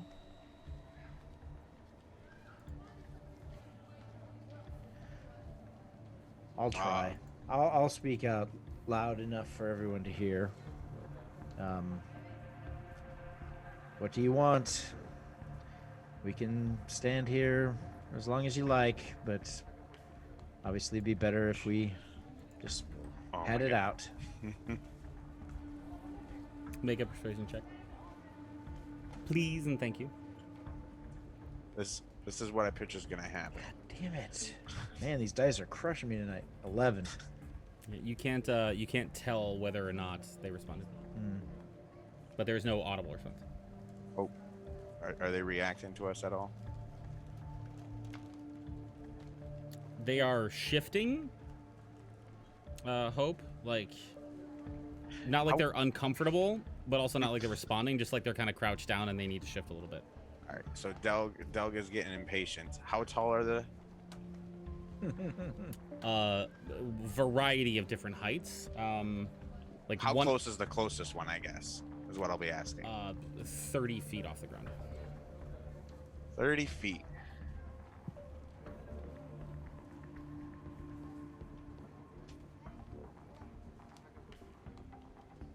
That. I can't see him, so it does me no good. Well, I mean, Doug, do you have your ring on? my ring. No. Do you want? No, you don't. Oh, you're taking it off already. Okay, Like your well, then wedding never ring? mind. You're not wearing your wedding ring?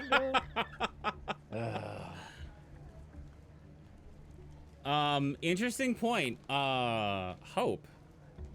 You see one of them shake a little bit.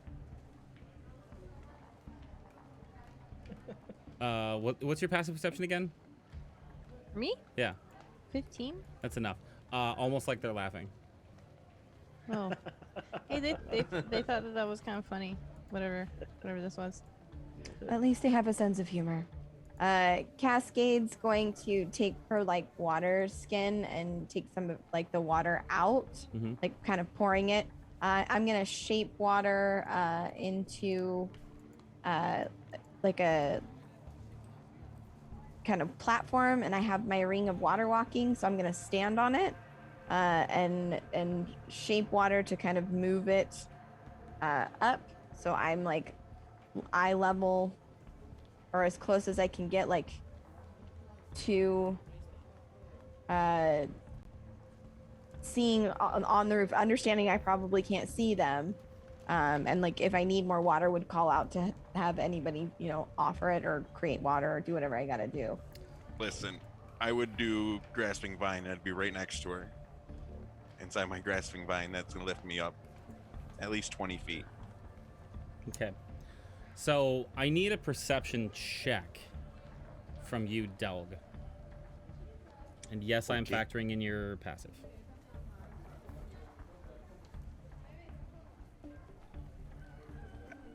It's 18.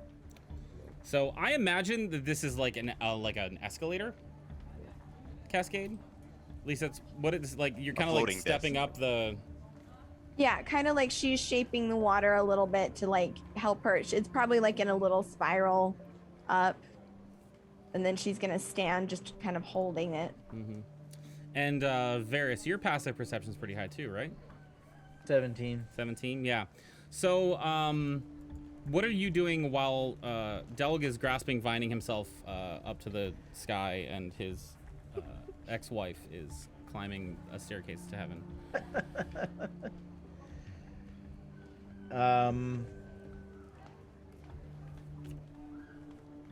Nothing. I'm just gonna stand here. Varys is kind of annoyed by this and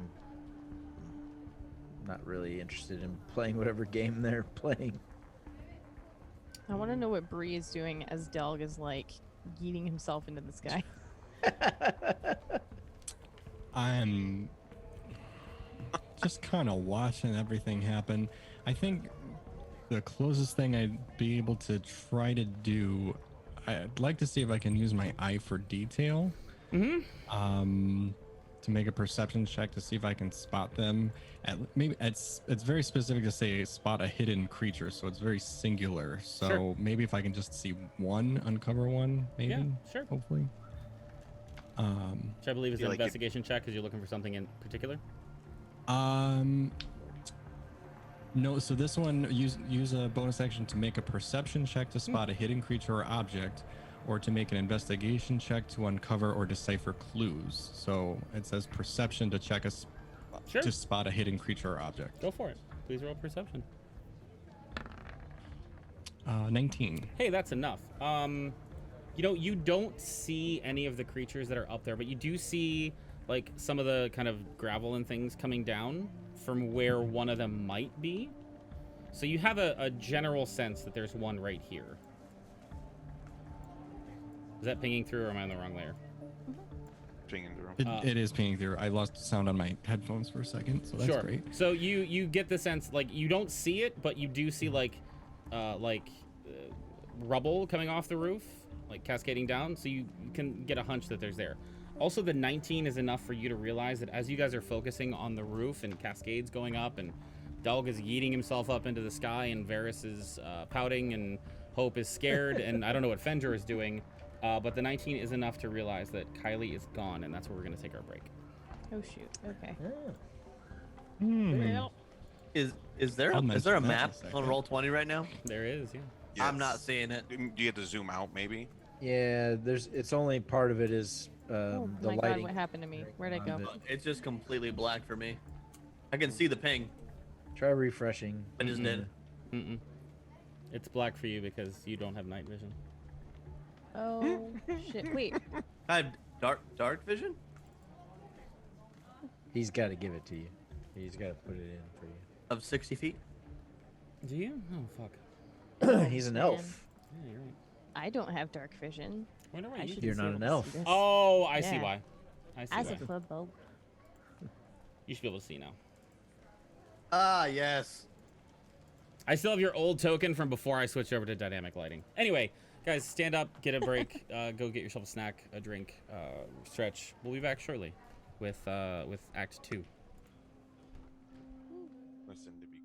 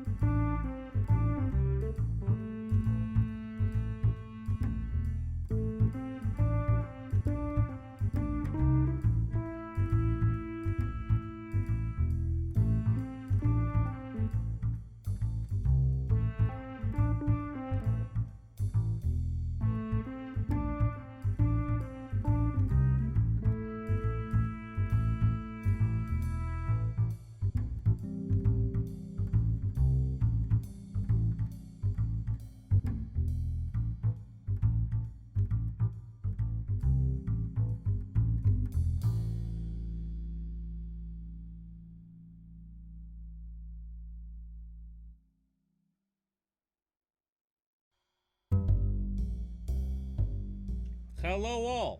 Welcome back to the second act of Morningstar and Company Incorporated. When last we left off, the party was in an alley. There are beings that are looking at them from above. What are you guys doing? As Cascade walks up her little stair and Delg uses his vine to lift him up, he'd look at her while he's sitting on the vine and like give her a look and be like, you know, it was only for the fight, and you made it quite clear that it was over. Why would I still be wearing the ring? Because it literally makes it so you can walk on water, Delg. I thought that was a tactical advantage that you would want to keep. It's fine. I'm not trying to make it weird. I think you've made it weird by bringing it up. I lean into Hope and go, uh-oh, trouble in paradise. Oh no. Look, we're out of Hope's sights. Where exactly are you? Oh no, we're watching you. Where Hope can't exactly see that far. are you going right now? This thing? Like which roof are you going towards? The one that was pointed out So- closest, or that could see the best. Yeah, so I will point out one thing. So Bree noticed that there was somebody here. Hope saw someone there, and there, and there, and there, and there. I feel good about this, you know? I feel like everything's gonna be fine. And to parse the night vision thing, it was like a shadow that you saw. The ones that were out of your range. Dope. But Okay. Oh no. Here's what so am I I would like being to do. physically blocked from seeing this because I obviously have way better dark vision than everyone else? True sight. They're invisible. No, no, no. They're invisible. No, I get that. That's fine. But there's a lot of obscured area on this map. Oh yeah, cause you guys are in an alley. Okay, that's what I was asking. Yeah. That's fine. All right. You guys are in a maze of alleys. GM, Hi. I would like to Read a bad situation. read a really bad situation. And this might be a bad idea, but Cascade can't see them, but she has other ways of sensing like entities around. Okay. She would attempt to cast Detect Thoughts. You can use this spell to detect the presence of thinking creatures you can't see. When you cast a spell as your action during the duration, you can search for thoughts within 30 feet of you, and it can penetrate barriers, 2 feet of rock, 2 inches of any metal other than lead, or a thin sheet of lead will block me. So she's like kind of like, I don't think she's gonna like try and delve on any of them, but she's just trying to get an understanding of like how many homies are within 30 feet of her right now. So you extend the energy around you to determine any sort of thinking creature within the vicinity. What's the range on that? It's 30 feet. Cool. So I mean, basically this whole little area right here, like anybody that's on Yeah. the edge of the roof. You feel the energy extend, and it's like when you're in the car, right? Like old school radio, and you'd like had the knob, not like the thing, like one at a time. And you knew, like you were just at the edge of the radio transmission, that you know there's probably something there, like there, but it's so distorted that you could not pinpoint exactly why. You do get the sense that there is something distorting it. I'd shake my shield and touch it, tap it, and cast light on it. Your shield now has light. Yes, so everybody, aka Hope, can see up here as well. Sick.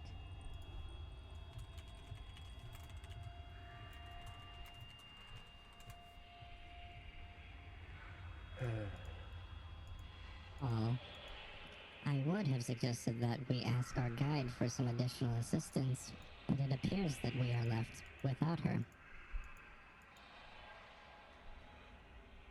What? Kylie? Where did she go? No. Ah, it's so hard to find good help these days. Somewhere, she's wherever thinking she is cursing you.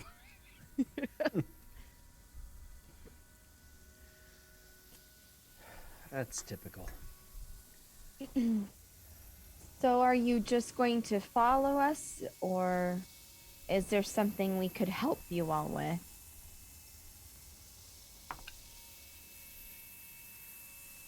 A tool is only useful if it has a purpose. Hope you see one of them kind of nudge the other one. Like they're sharing a moment. I mean, they're not, obviously not vocally responding, but they're acknowledging what you're talking about.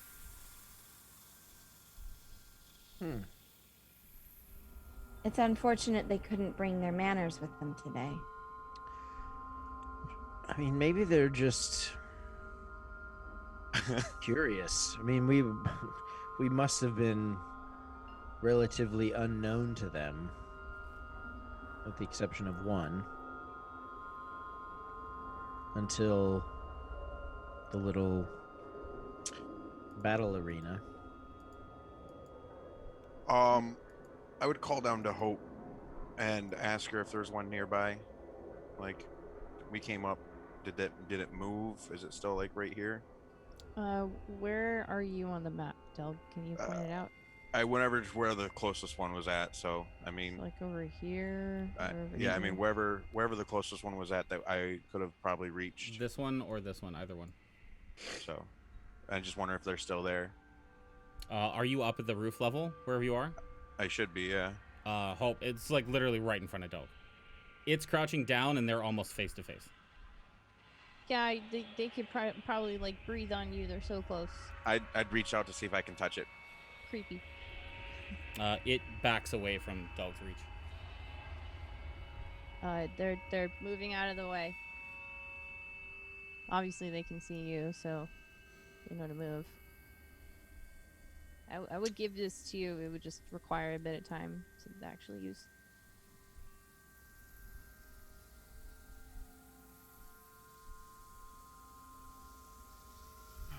Fenrir, what are you doing? I am gonna take one of my hands and just place it on the hilt of one of my swords. I can't remember the name now. On top of Sightblinder. Okay. Kind of just ready for anything to happen. Trying to think of a way to get up there right now. I'm gonna walk over to Fenjor since no one confirmed in the private chat about this sending stone. I'm assuming I have both of them. Mm-hmm. And I'm gonna hand one to Fenjor and say, once a day, we can communicate with each other with this if we're separated, no matter where we are. So there you go. You can go into your equipment and add a sending stone. Thank you. It's not require attunement. You just have to touch it, and then you can send me a message, or I can send you a message. But once a day. I'm assuming with my okay perception I have passively that I would have saw Fenjor put his hand on Sightblinder. If you were looking at the party, yeah, sure. I mean, I'm looking around to see if I can see anybody. So I mean, just in general. Okay. And I would like to actually try to get from my vine to the rooftop where this one's at, and actually pull out Wayfinder. Okay. And see if anything, like not in an aggressive means, kind of like pull it out in front of them and like hang on to it and like have it like on the ground, like the tip of it on the ground or something. Sure. And just to see, because obviously these are part of what we're supposed to be doing to see if this draws their attention at all. They are. Look around and see if I can see any of them still. I You guess. still can't see them. And now, since you've stepped onto the roof, Hope, you can no longer see the ones that are near him. Oh. Because they've backed up out of the way. So, if assumptions are correct, these are part of the dragons of the Prime Circle. I would ask Wayfinder, where is the nearest member of the Prime Circle at?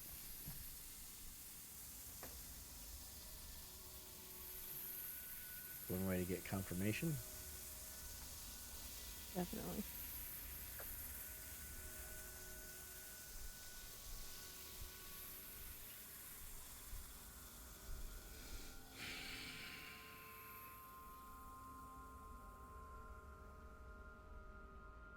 Trying to think what Wayfinder would do in this instance.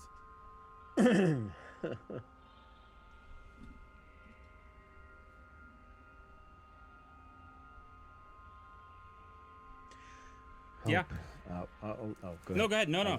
I was gonna kill time for a second. Do you have dispel magic prepared today? I usually do. Let me think.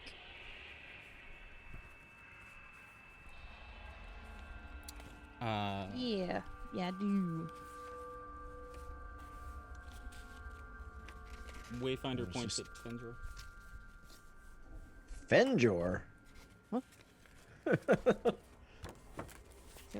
I am going to look so puzzled. Yeah, As he the just sword pointed. He points to me. pointed the sword like at you for no reason. I don't know if you've really experienced that yet. I don't think he has. No. No, I'm looking at like, what?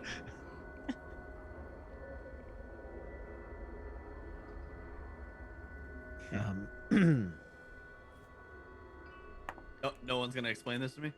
I mean, can we see Delg from where he is? Pointing his Yeah, sword at there's him? light on Delg's Okay. shield. There's light Um, from down there. Yeah, everything's visible now. So most likely he asked the sword a question and it's pointing at you for whatever reason. It thinks you are the answer to whatever question he asked. Time out. It thinks Fenjor is the way to whatever he asked.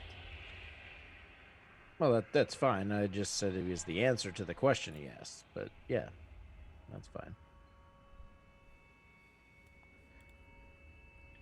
Delg, you going to explain? I mean, you would have heard what I asked. I didn't. Oh, Oh, did you you did it out out loud. I said it out loud. I always assume that like the Yeah, these no, this, questions I- get I'm sorry. asked. No, I'm sorry. Yeah, Yeah, like you're I'll whispering try- to the sword. I will try to make sure if I don't say it out loud, I'll say Okay. it quietly. I said it out loud. I'm trying to like if these are what they are, then I'm trying to pull their attention somehow. Like, hey, I really know it's you, so yeah, no, I said that out loud. But since it didn't point at the thing that was supposedly in front of me, I kind of like shrugged my shoulders, put the sword up, get back on my vine, and be like, well, then I'm done if you guys don't got nothing, and Hope. slowly come back the- down. Invisibility spell is covered by a dispel magic, so if you wanted to make one of them visible, you probably could just cast it on them. Okay.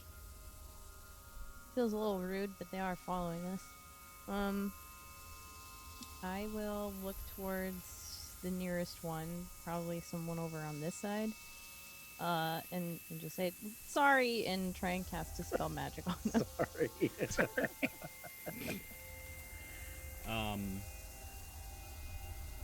You look at them and say sorry, and as you release the energy, you watch one of their hands just go like this, and you feel the power of the spell fades as it reaches him. Okay, they're really powerful. They didn't like that, so they're again. I'm really sorry. Fenjor, Yes. can you make a dexterity saving throw, please? Oh boy. Boy. Yes. Yes, I can. Huzzah. Will you? I'm just kidding. Well, fuck. Wow. Thanks. That was a bad jinx. I apologize. You did good. The dice are treating us so nice tonight. Change my tune. I don't think I rolled above. I don't know if that's a 4. damage thing or not, but with evasion, it would take half damage if I fail. Nope.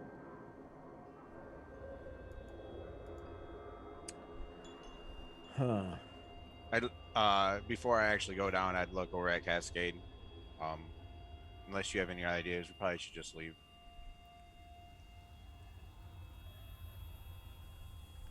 I think that's right. Unless, Max, if you're here, it would be nice to be able to talk. That's all.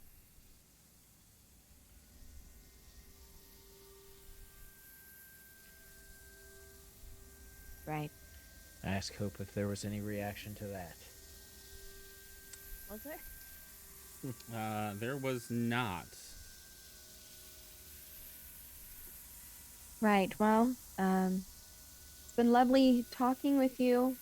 Really Right. engaging conversation. A lot to consider. You've really changed my perspective on the situation.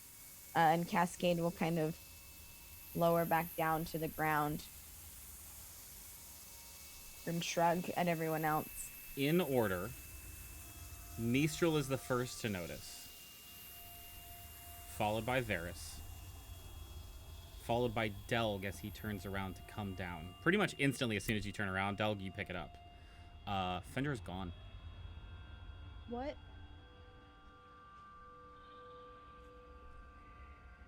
Does he not know that Hang on. you can't teleport? Yes, you can. Bree, important to note, you did not see anything happen to Fenjor, nor did Varys, Hope, or Mistral. Is there an ooze puddle where he was? Looking at the no. ground, there is not an ooze puddle on the ground anywhere near you. Except for the one that you guys, I thematically just thought it was going to be, like, here. Okay. And you guys pulled yourself out, came to this little alleyway, and then realized. Well, good old sword. Let's see if it can point at Fenjor again. Tap, tap, tap. Where's Fenjor?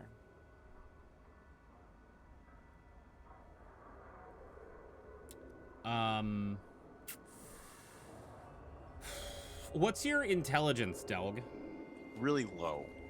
It's 12, actually. Okay, let's see Not so here. bad. He's asking out loud. Yeah, you asked Yeah. out loud, right? Okay, so Yeah, I Cascade, did. Good. you would know Uh-huh, this. The sword is pointing towards. It's pointing toward the ladies' ward. You gotta be fucking kidding me. I think he's in the prison again. Oh shit.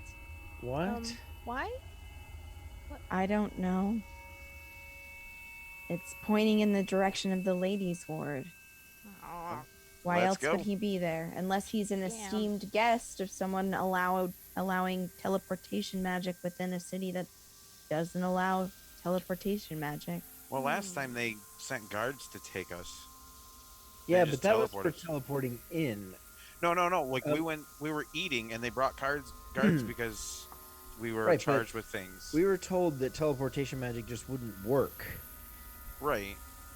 N- So I if get he's- that it's illegal to teleport in and out, but we were also just told not too long ago that teleportation magic would not work within the city.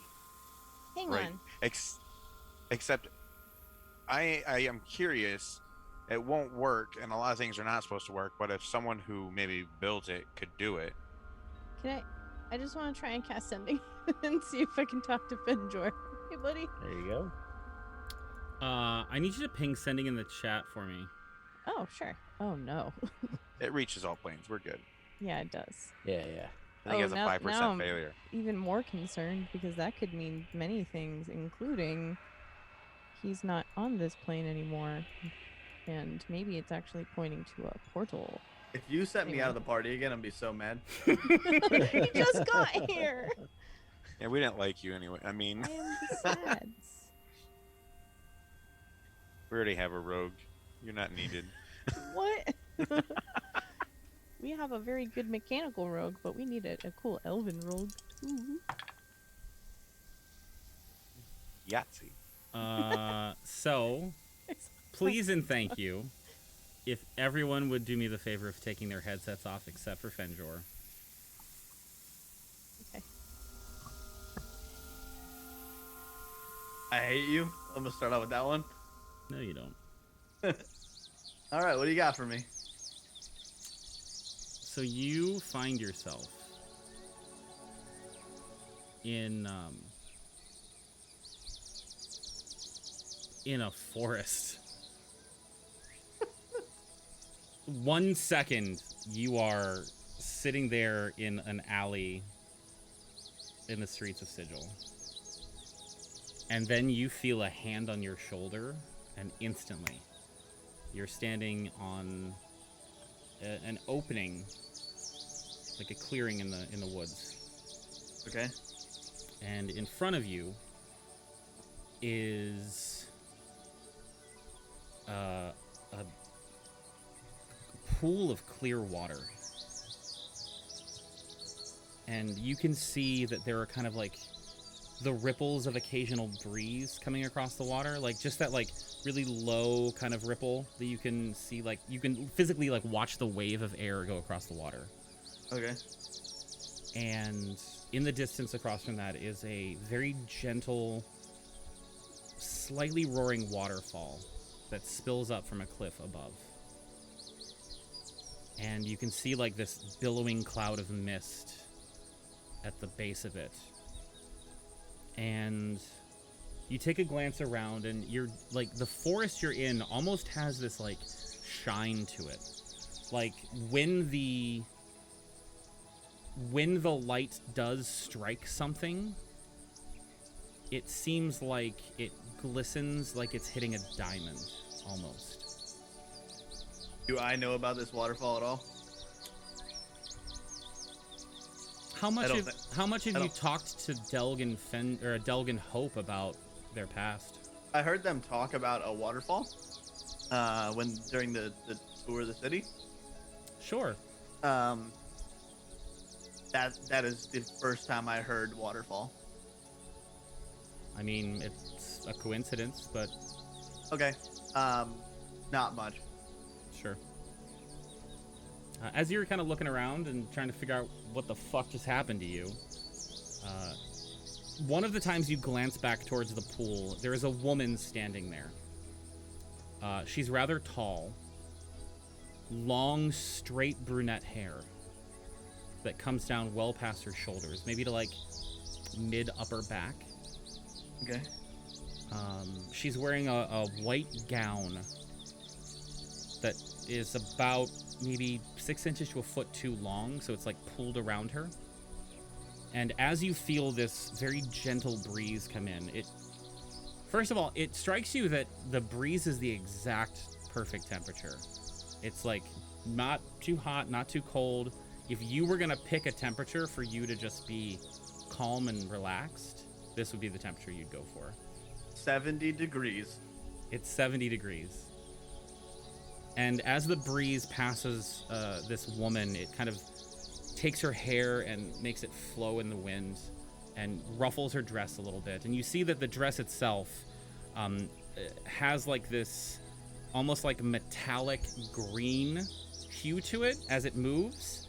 Kind of like the opalescent part of like an oyster or something like that. That like as you change the way the light refracts on it, it changes to like a green or a blue. And her hair underneath the outer layer, there are layers of green and blue within it. She is calmly staring at the waterfall, standing there as the breeze just blows her hair and dress away in front of you at the edge of this pool.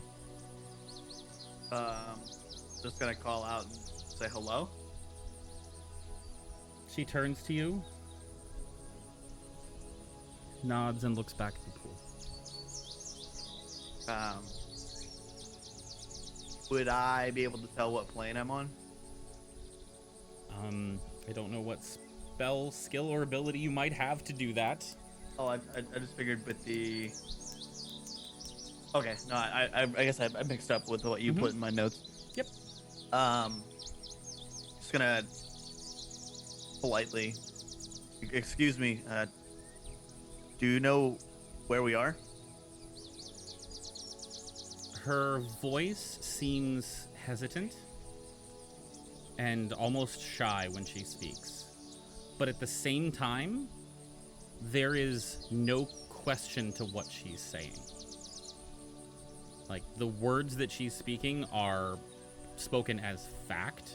The way she's speaking is slightly timid. And she says, "Yes, I brought you here." Why?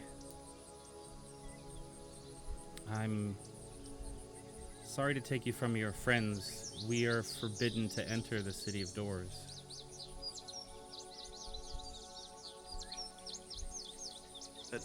But why did you bring me here?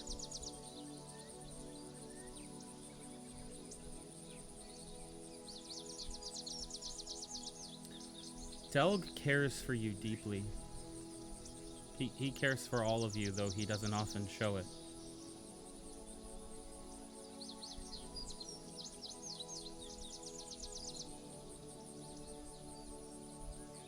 Okay. I don't want to come off disrespectful, obviously, so, that very kind of you to tell me that. But why here? Where are we, and why did you bring me here? It was just as easy to bring you here as anywhere else. How are Delg and Hope? How are they handling everything? They're doing well. Doug was married, I know. so you know what we're doing most of the time? My attention can't always be focused on one. And there is the City of Doors to factor in as well. Everyone that I'm with is doing well. I'm unsure of our next mission, our next task at hand. There's a lot going on. I know of some of these swords as I gesture to my sword. I know that there's some sort of puzzle. I just don't know where we're going next, but the party is doing well. Okay, is there anything I can do for you? She glances briefly to your sword and then back at your face. There is still much for you to do and learn, and I wish I could do more. You are like extended family to me. Who are you?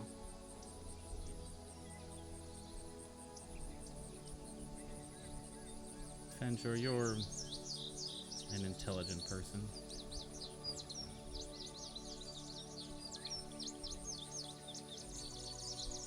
I sense that I don't need to tell you.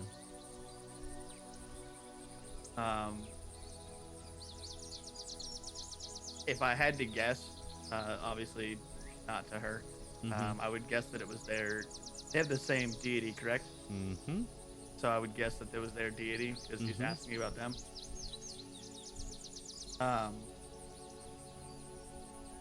Without you saying it out loud, when just having that thought, she says, yes.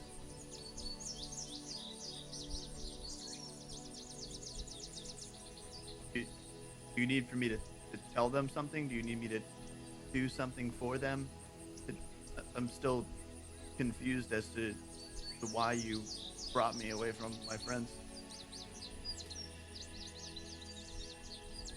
If you could tell them that I wish none of this were necessary and that I never wanted this life for them, I would be grateful. The borders of the city of Sigil are barred from me. It took a great deal to get you out. What's the deity's name again? Eldath? Eldath, okay.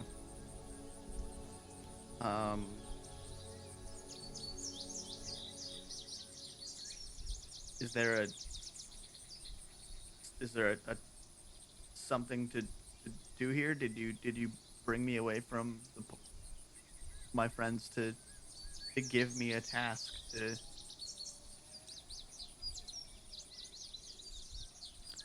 A message, anything. Obviously, you gave the message. Delg has asked me to restore your memories, Fenjor. I deliberated for some time whether or not I should grant this request. Ultimately, I decided that Delg, Varys, Phelan, and the companions you've made along the way have been through a great deal, and have even more trials and challenges ahead.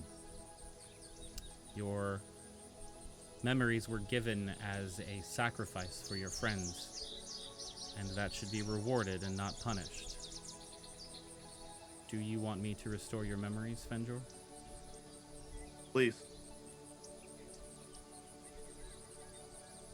She comes up and crosses the distance to you, and she takes her hands and caresses the sides of your face and looks into your eyes. And the second she touches your skin, every care, every ache in your body, every intrusive thought that you have just melts away into this sense of peace and calmness and serenity. And as she's standing there holding your face and looks into your eyes, she says, "What do you know of your family, Fenjor?" Almost nothing. I was promised them from Strahd, but it turned out to be a lie. To be honest, right now I'm trying to figure out if I'm mixing up the last Varys and the current Varys. You're good. I grew up in an orphanage, and I never knew my parents. I've been on a journey to try to find anything about them for a long time. Obviously, trials and tribulations get in the way. She brushes your hair off of your face, and there is a look of intense sadness in her eyes. Says, "I wish that were a memory I could restore, but there is others that I can." And she closes her eyes, and you feel the rush of everything coming back that happened to you between when you were asked by Strahd to kill one of your friends, to when you were asked by Dorian to kill all of your friends. Everything within that gap comes back to you. Mechanically, the whole gap, you know what I'm saying? Yeah. She lets go and says, "Your friends and you are possibly our only hope to restore balance and stabilize the fabric of reality. I know you will not fail us." And she turns and starts walking towards the water, and as she does, she walks into the water and slowly begins descending to the base of the pool. And as you watch her, the water comes up to her stomach, and then her chest, and then her shoulders, and then her neck, and suddenly she's below the water and gone. I'm just gonna look around and see if there's anything out of like the norm of this magical forest. If there's anything that stands out to me other than the description that you gave. Other than it being calm and peaceful and serene, no. You do get the sense that whenever you're ready to go back, all you have to do is think it and you'll be taken back. I don't know. Hold on. I don't know. Does the water here have any sort of properties at all, or is it just water? I mean, you have no way of telling. Seems like a pretty magical place, though.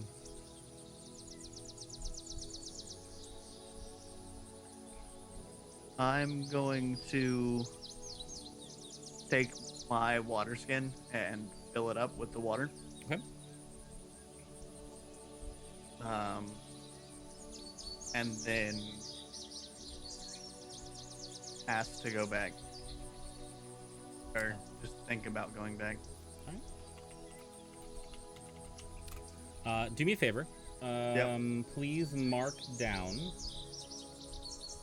in your notes with the water skin that it is filled with water from the pool of Eldath. Okay.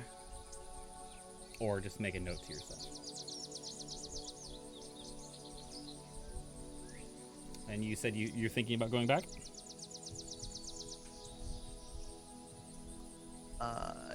Yes.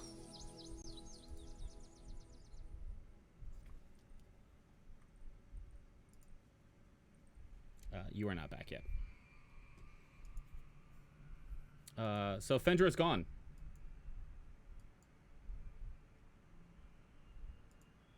Okay. Cascade will look up at the roofs and just say, seriously? Hope looking up for a response. You see no one. I think they're gone. For a place that doesn't allow teleportation, there seems to be a lot of it going on. Mm-hmm. Can I try sending at Fendra still? Sure.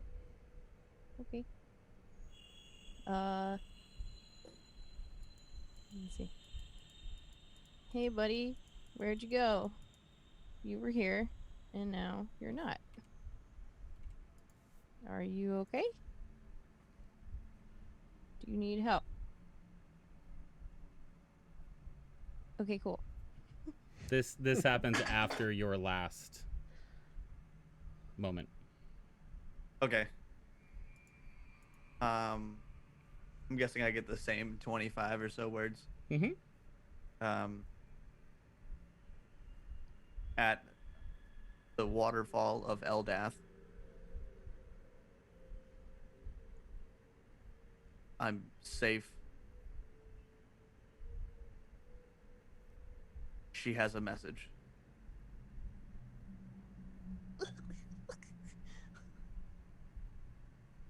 What? Okay. So as Hope gets a response back and says, "What okay?" out loud, almost concurrently, Fendra pops up right in front of you. Oh.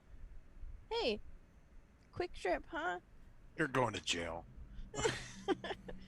No, there's nothing to see here. There's definitely no teleporting at all happening in this alleyway. Not right here. Hey, are you Nope. okay?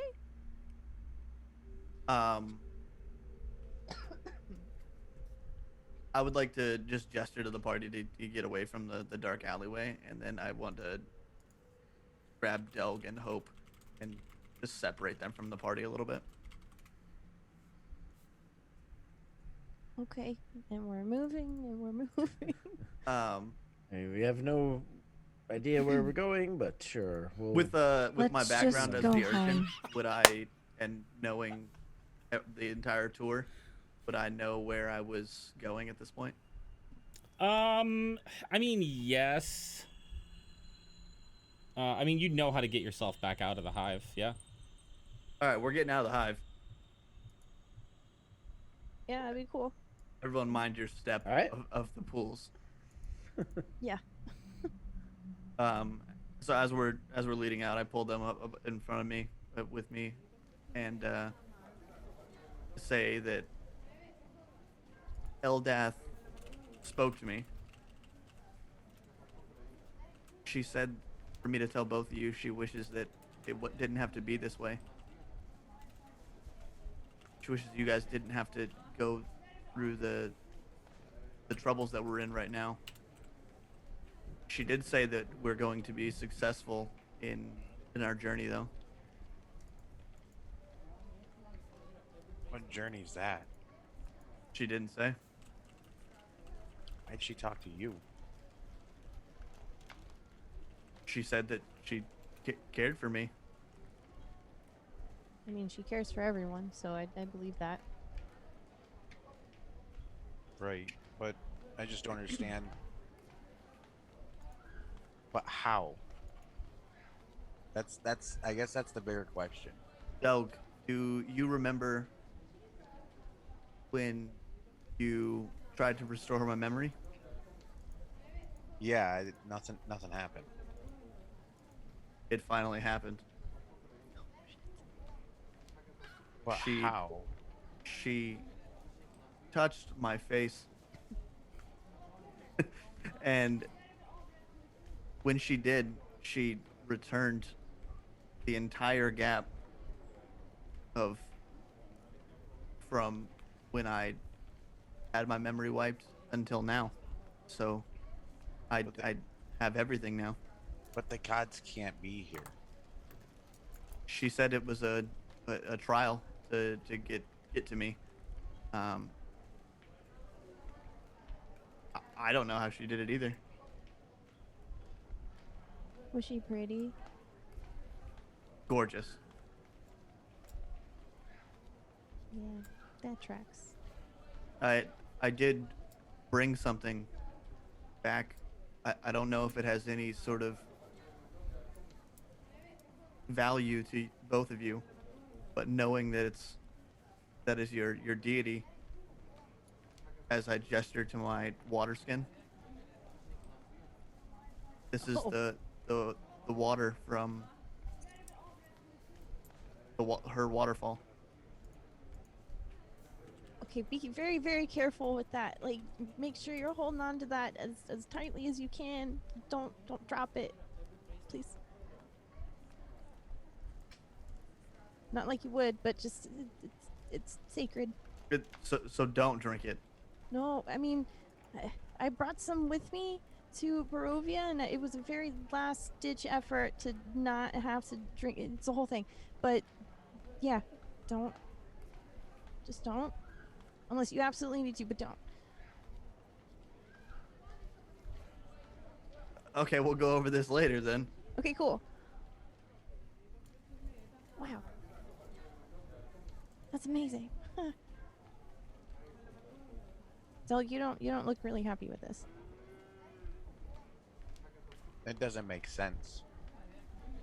I mean, there's a lot in life that doesn't make sense, and I have come to believe that if I don't have faith in what my goddess is trying to tell us, then I am blasphemous, and I can't keep doing what I'm doing if I don't believe in her. So I know with everything we've been taught and told that it shouldn't have worked, but you asked for help, and it was a little delayed, but it helped.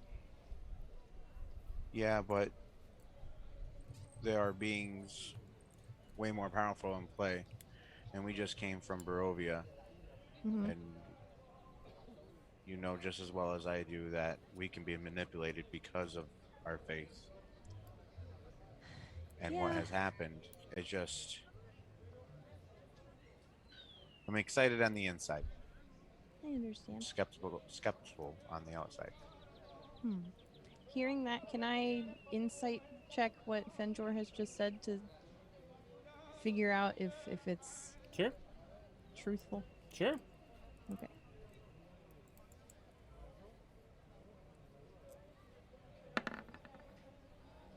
$16. Yeah. He didn't hide anything, didn't really leave anything out. Okay. Well, I hope that excitement can kind of come to the surface a little bit, Del, because I believe that it's I'm not saying True. that what he's saying isn't No. true, but it doesn't mean it wasn't her. Yeah. There's no gods allowed here. That's Trial why or he not. wasn't here, though. Anyway, I understand. I know what The you're talking powers about. can't extend here is what I'm getting at. So for him to be pulled no teleportation, and he disappears. However, they made that work, and I don't know if you noticed this, but it definitely didn't go unseen. It was noticed. She was right above us. When Venjor came back, she was right above us. Oh. So it didn't go unseen. That's Okay. why I have the excitement inside, because there is a slight chance that it was real and it was a trial.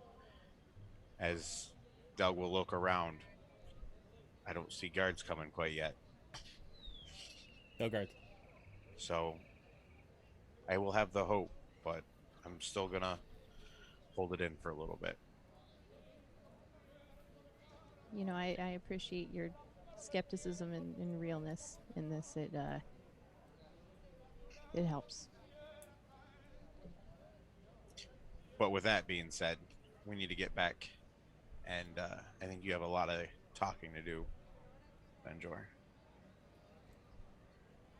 Trust me, Help. I'm still trying to get everything organized. I'm It's a lot sure- of information at once. Both in I'm and out sure. of character. Yeah, I'm sure that you need some time to rest, and that's fine. But Where the anything? fuck did you guys go? Where? Kylie Kylie? suddenly walks up to you guys. Where'd we go? Where'd you go? We were in the alley, and suddenly you guys weren't there. Oh, we like to break rules, and we're rule breakers here. Yeah. Okay, Doug. Sure. Well, wait a minute. Because we just came from there to where we are now. How did you get here? I've been looking for you, and when I couldn't find you, I assumed you would either find your way out or you were dead. It was one of the two. Cool. Okay. So from your perspective, we all just disappeared. Yeah, I said that. Interesting. But it doesn't matter. You're here. That's all that matters. I have the house all set up. Hold on. What's the last thing you remember then, other than we were there and then we disappeared? The last thing I remember, I just had like a Like, we were- pastry. No, with us, like before we disappeared, like did you? I think I know I talked to you saying that, you know, that I believe there's someone above us, and you're like, yeah, people are following you. I asked you what they might have wanted. You said my shield or coin, Yeah, and that was like the last thing. that's about the last thing I So saw from you guys. Yeah. You didn't hear us or No. whatnot say that there were hooded figures there. No. Good a bit, you know, maybe like the ones that were watching us get attacked in the arena. Yeah. Who were those guys, by the way? Oh, well, you're definitely a great guy. Thanks. You live in a city with all the information, and you tell me you don't know who those people are. That's the question I would have for you. Random cloaked people that are in a secret combat trial about a game I've never heard of? Yeah, I think that's a little outside my area of expertise. Well, not to be rude, But you're going to. I'm gonna be. You'd definitely be great if you got knowledge of that game, as we've mentioned before. I know you're trying, but if there's anything I can do to help to speed up this process, You could walk a little faster, short legs. you know what? Because I You got could have- I got stuff you waiting can- for us. Yeah, well, you can have a carrier on your back, and I can be for a ride too if you wanted to. Listen, dog. I have half a mind not to give you the information I have now, Sorry, you can give it to the other people. but your beard is so nice. Still gonna do it. Well, shall we? Absolutely. And she leads you back to the house that Tan built. Important note, I didn't trigger that music. It was perfect just timing. perfectly good. timed. I think Perfect you're murdering Joe. I think you killed Joe it dead. was so good. I didn't- Such good timing. I didn't know. trigger that at all. It's a timer for the Sirenscape like mood or whatever. You're welcome. Came in at the so good. So you head back. Kylie leads you, asks a couple questions about what had happened because she is very confused. She does not really know. Like, your story and her story, not the same.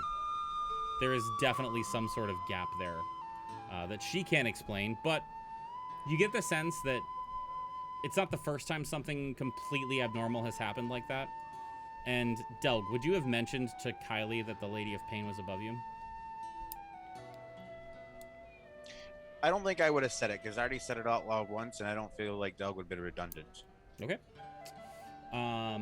But yeah, you get the sense that it's not the first weird thing that's happened. It's not the first thing she's experienced that's weird. She's happy she found you. She knew where to look for you, and that's all that's important to her. So she leads you back to Tan's house, where I'm assuming you will sit down and have a discussion with Fenjor.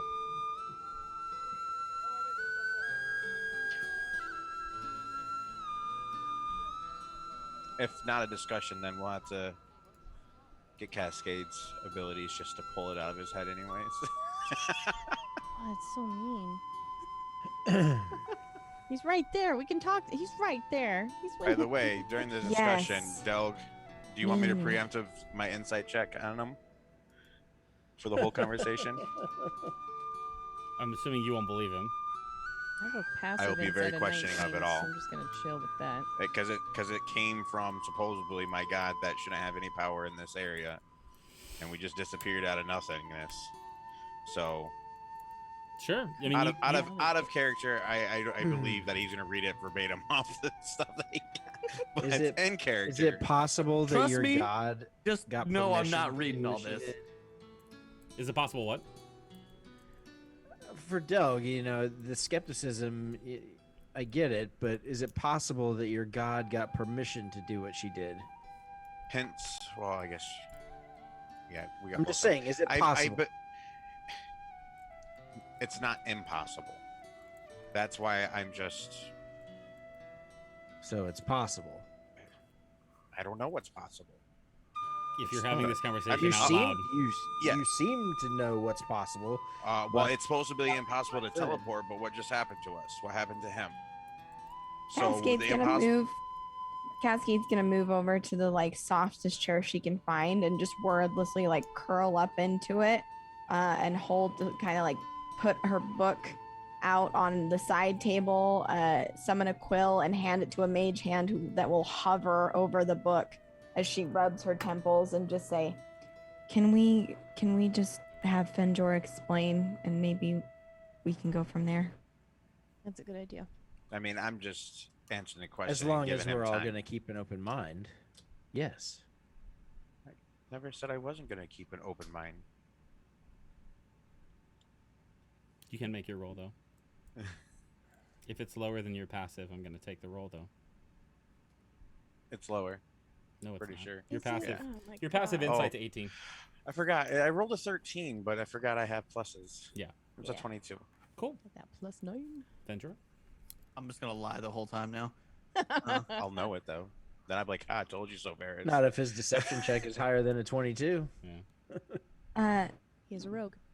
Delg I don't think that this should be any concern. Fenjor seems like a fine, upstanding member of the party, but do you not have that truth spell?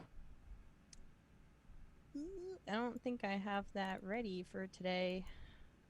Didn't plan on having any close friends or relatives lie to you today, Hope? Well, the problem with that is they cannot willingly lie. So if what they have, they believe is the truth, they wouldn't be technically lying. So if it was an illusion that he saw, that he thought he saw Eldis, and Eldis told him all this information, he could repeat it verbatim, and it would not be a lie, even if it was. I'm obviously hearing all this, correct? Yes. Yeah, I am not Cascade's hiding not it from you hiding at Cool, all. it. cool. I'm just gonna hand him my I'm just gonna hold out my water skin and say, is this normal water then? I'm gonna reach into my pack and pull out a vial of what looks like water. Is this normal water then? I don't know. You want me to drink it You and have find no out? way of telling if the water he's talking It's about magical? comes from your deity? If it's magical. No, I don't. I can't tell that if it comes to my deity or not. Can I tell that that's the water from my yeah, can you goddamn try? waterfall? I wouldn't know how. I have never dealt with that. Like Eldest Waterfall. I mean, I was in school. I learned most of it. Yeah, I was at a temple, but we didn't have a waterfall there. We just worshiped her. I never had to deal with her water. That's why I'm not as excited as Hope would be. Isn't it your holy symbol? Isn't it a waterfall? Yeah, technically. And it's a symbol, yes. Yeah. It's a symbol of Elder. It doesn't mean that I had to be raised by a waterfall to worship her. Can I just detect magic on it just really quickly? Sure. And you And can do the Cascades. investigation check for Hope too. Investigation. Both of you guys. Oh. Cascades what? Cascades casting detect magic on the water that Fenjor has. See if it's magic water. Make sure you do mine too. Can this be for Doug's holy water in a vial? As Sure, yeah. What does your holy water look like? Like Doug's? water? Cool. So they both look like water. Cool. However,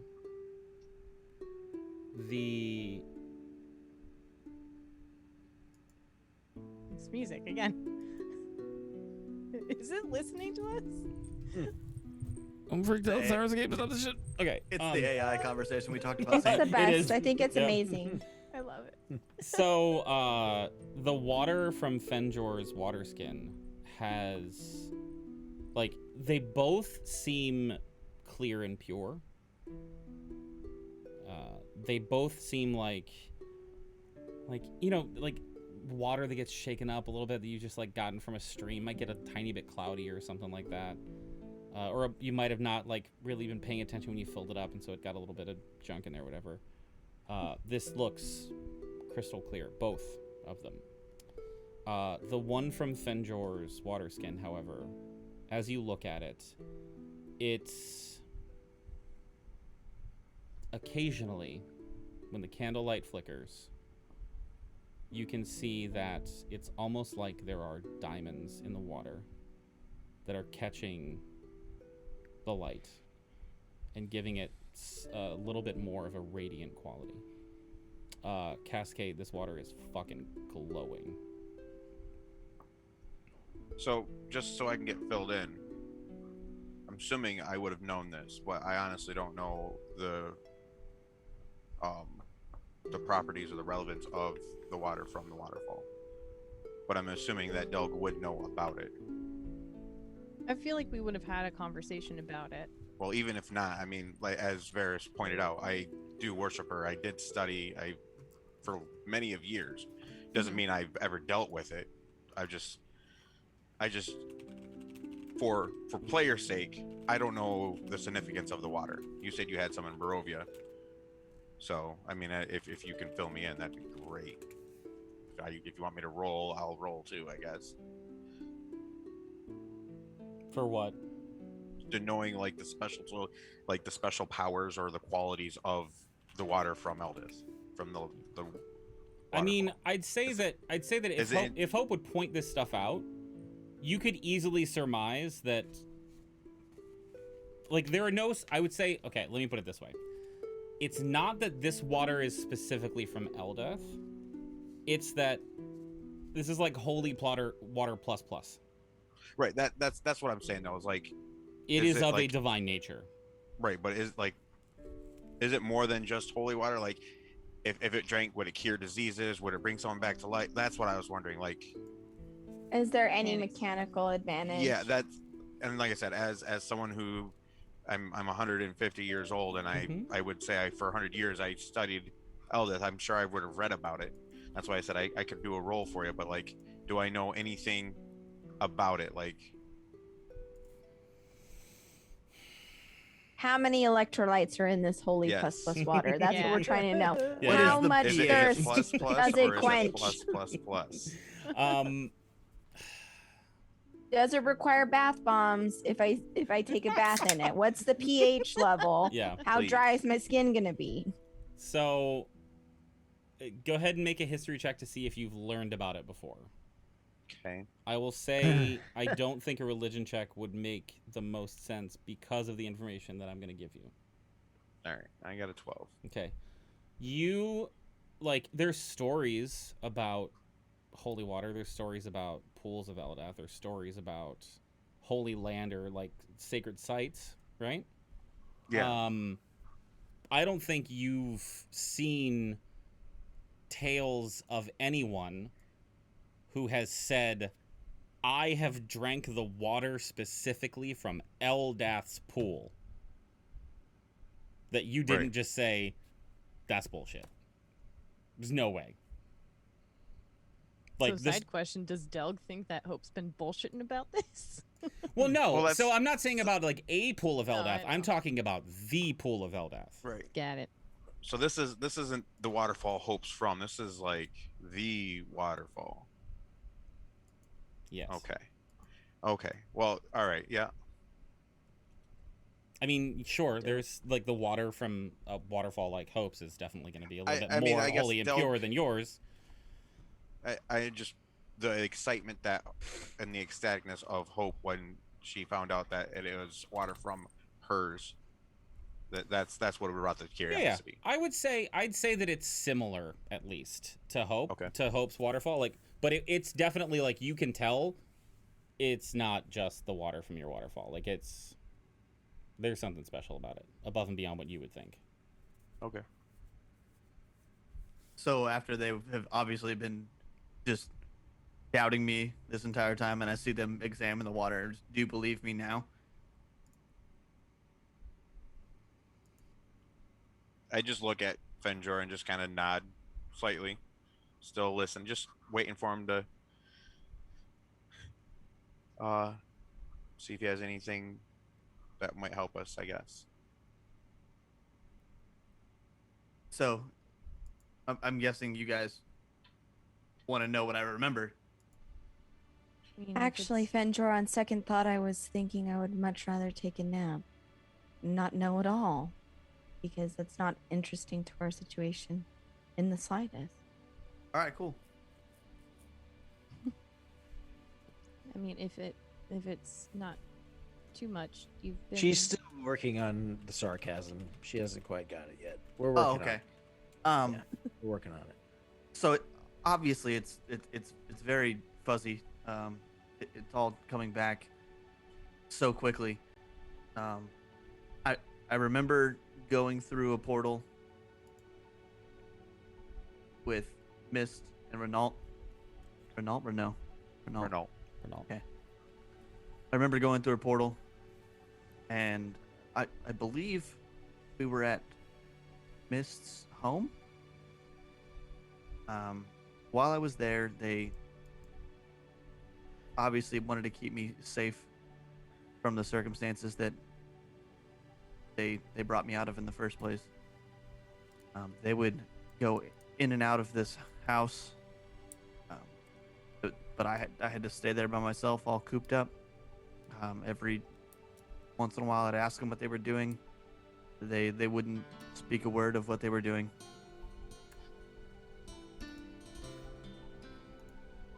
They would change the subject over and over again. Tag was there. Only a few times though. The constant me asking what they were doing and trying to get out of the home. Eventually they let me go with them.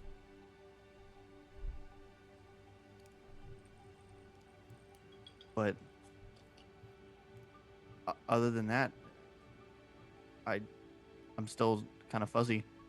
So you don't remember making a deal to kill me and everybody else? You still don't remember coming here? When you said come with them, where'd you end up at? Mist's house. No, you asked to leave the house, and then you said eventually they'll let you go with them. Where'd you go? Stand by.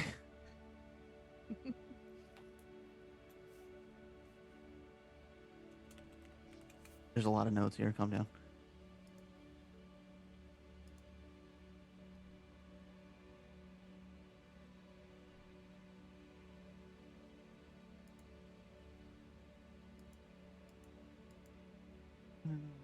I remember when I made the deal to hurt you and all my friends now. Strahd promised me information of my family, my father, the people that I've been trying to find since I was a child. Obviously, now I know that none of that was true, and I am sorry. Dorian, you mean? Because he's the one that said that you broke the contract. No, he's talking about Barovia when he first attacked you. Oh, that's when you left us initially. I'm talking about the reason why we had to go fight Dorian, and the reason why we got one of the charges that we were put back into jail for is a breach of contract. You don't remember, but you had to have agreed at some point in time to kill us. Honestly, Strahd's really far behind us. I'm more of a here and now kind of guy. So your restored memories don't include anything recent. You're talking about the contract, yes? What? Yeah, why you were in jail when we found you there? Yeah. Why were you in jail when we first found you? Saying, is that under the section of still hazy? Mm-hmm.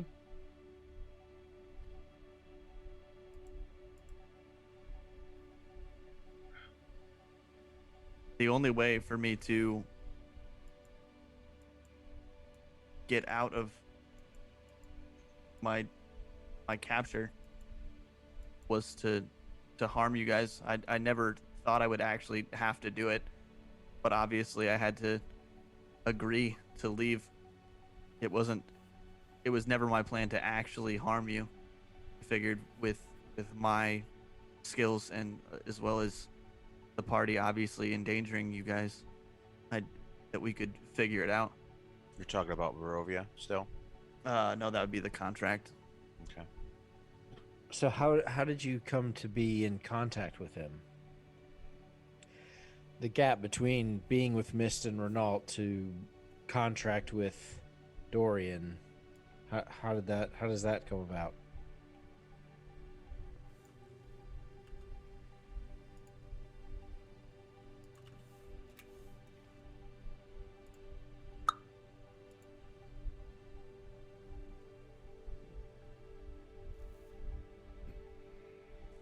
As he sits there and thinks, Delg will sigh a little bit and apologize to Fenjor. I am truly sorry, because I'm sure this probably isn't any good for you remembering everything and recalling. And I do appreciate you being upfront with your answers and talking to us about it. The way that I ran into Dorian was becoming stir crazy in the home. I would ask Mist and Renault if I could go with them, if I could help, if I could do anything except sit in the house. And during our trip to the Abyss is when our group was attacked by Dorian.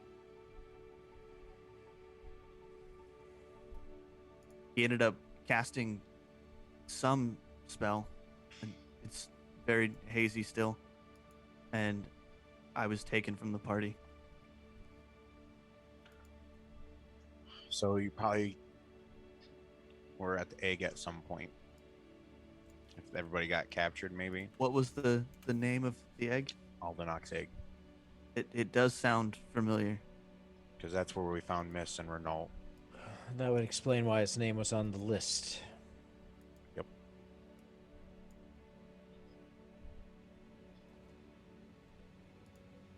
Do you know what Renault and Mist were attempting to do? Why they went there? Why they took you to the Abyss? They were very quiet about the task at hand.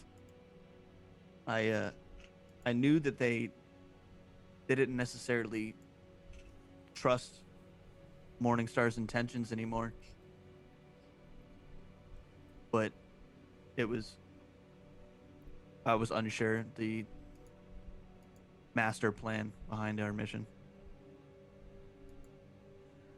What was your part in it? What did they want you to do? Just look out? Just another set of hands in the party. I obviously, like I said, I was at some point I became bothersome enough that they would let me out of the house. Did it seem like they knew you were coming? Like, were you ambushed? Is that how you were captured? Was it like they knew to expect you? It's still pretty Okay. hard to remember. You remember anything about your time in the egg? Torture or interrogation? I remember finding just joy when I realized that you guys were still alive.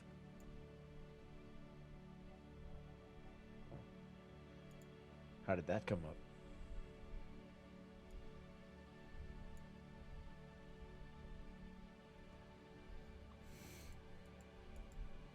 I remember when I was in the egg, the experiment that he did on Delg.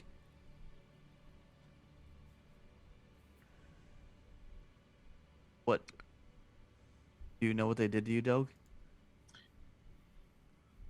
I can't remember what they exactly did. I just know that it hurt.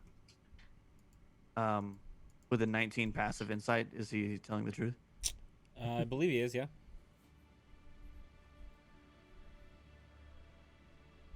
Unless my memory is bad, but that's Yeah, I remember you definitely the saying case. that they basically cut me open. I thought without aesthetics or well, not aesthetics, but yeah. anesthetic, yeah. Or But I don't anes- remember. whatever. I don't think they ever told me what they were doing or what they were looking for. I remember coming to Sigil with Dorian to sign the contract, and then just on the streets by myself. But hold on, you said they were doing something to me. Now I'm kind of curious, and if you know what they were doing. Hey DM, do I remember? Your memory is kind of similar to what he described to me, the DM. It looked like exploratory surgery of some kind. It was not a single incision site, it was multiple. There was nothing like introduced or taken away, like nothing put in, nothing taken out. There was no anesthesia, so Doug was screaming the whole time. And he was completely healed up magically. So there is no mark of what was done to him.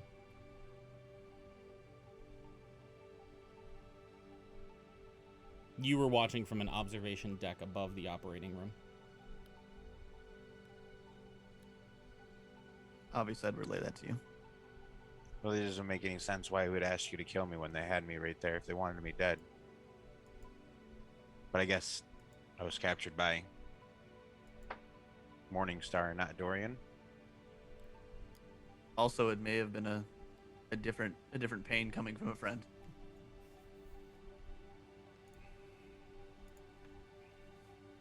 It wasn't just for you though; it was the entire party. Yes, I understand that, but why not take out the person you could have taken out right then and there? Or the rest of the party. If they wanted us dead, we were locked behind bars, unable to do anything.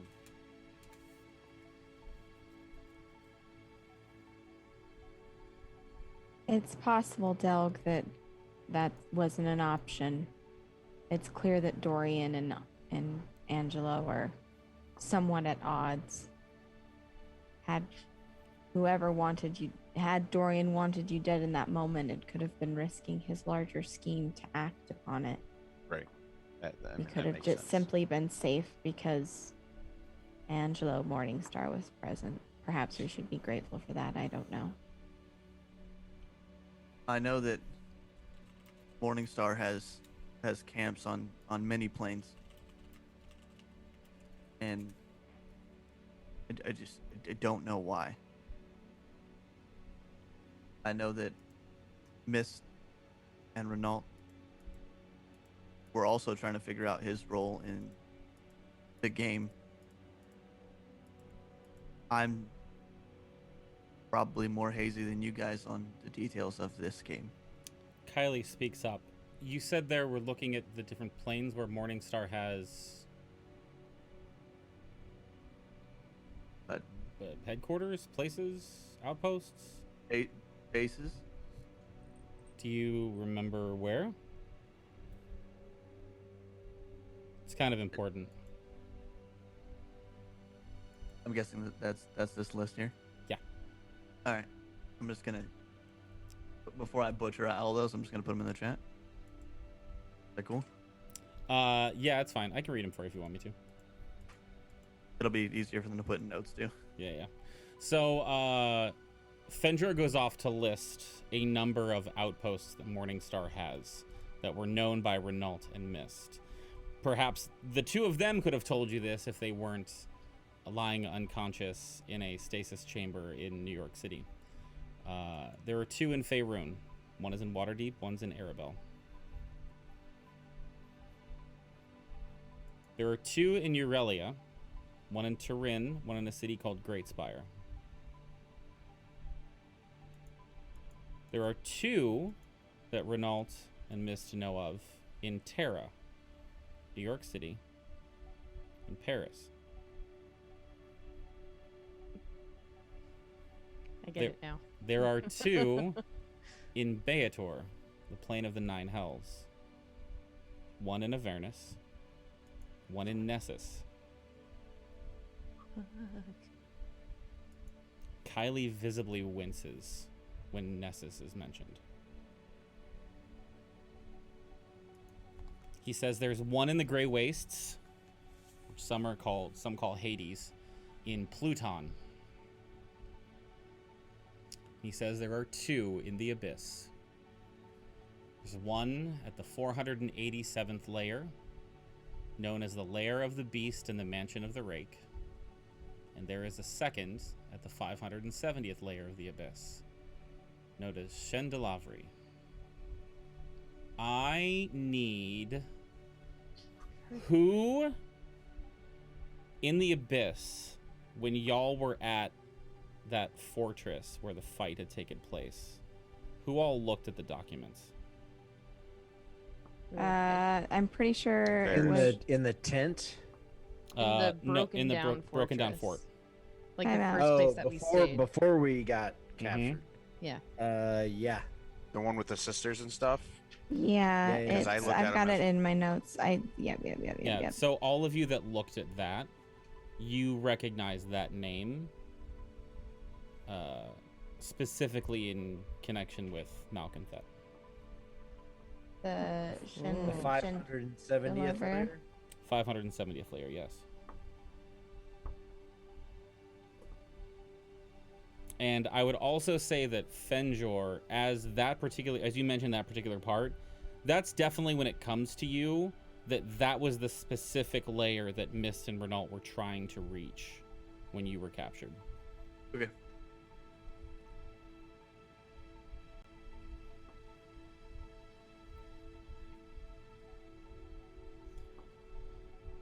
Kylie says, well,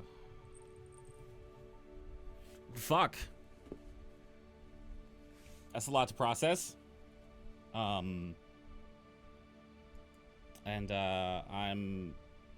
you know what? I've got more. And she goes into another room and she wheels out a blackboard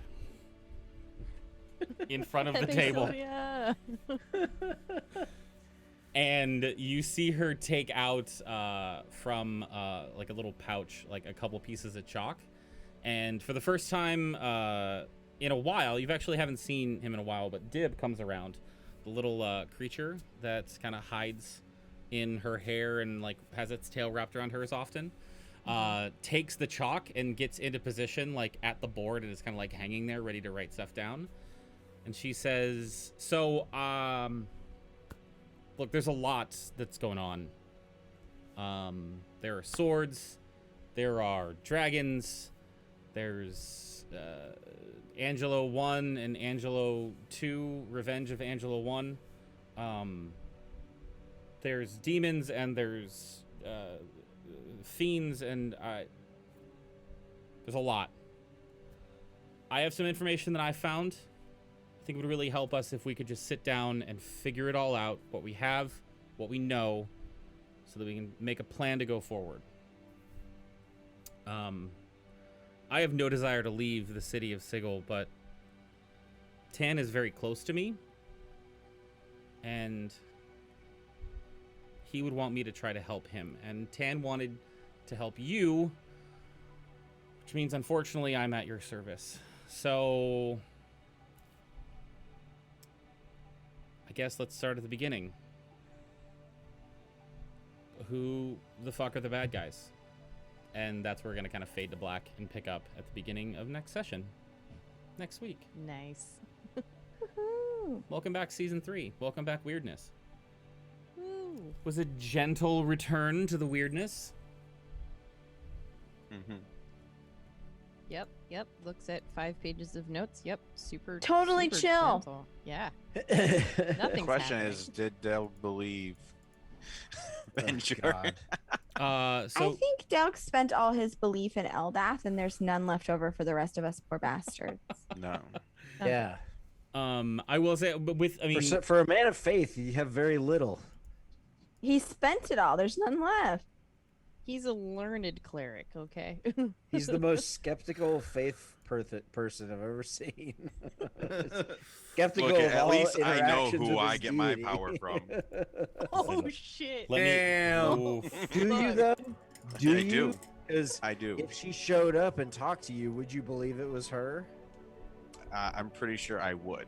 I mean, she Okay. did But grab me, not if she not a talks to couple my of you. friend. Okay, I see. Why would she grab a non-follower when there's 2 of them right here? Do you know what's Because funny? You divine interventioned him. Remember? I will. Yeah, She fine. knows him. I will also say that's a really good question. You should ask that. Okay. Well, I mean, it was obvious you did. I divine intervention for his memory And back, Mhm. Yeah, and it worked.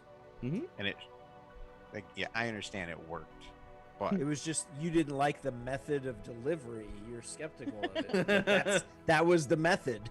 no. Hey, Eldath, because this is pretty sick, but I specifically asked for And- no pickles. in Yeah, Barovia, exactly, in Barovia, we right? in Barovia we had plenty of visions that weren't Eldiths. This is All true. right, We're also in a demiplane of dread, so like. Yes. doesn't Let mean it it go, didn't buddy. happen. That was 50 episodes ago. Let it go. That's also true. It did actually happen. It was so exactly I'm gonna- 24 episodes ago, and I've been trying to beat that out of all of you for 24 episodes. Trauma. Trauma.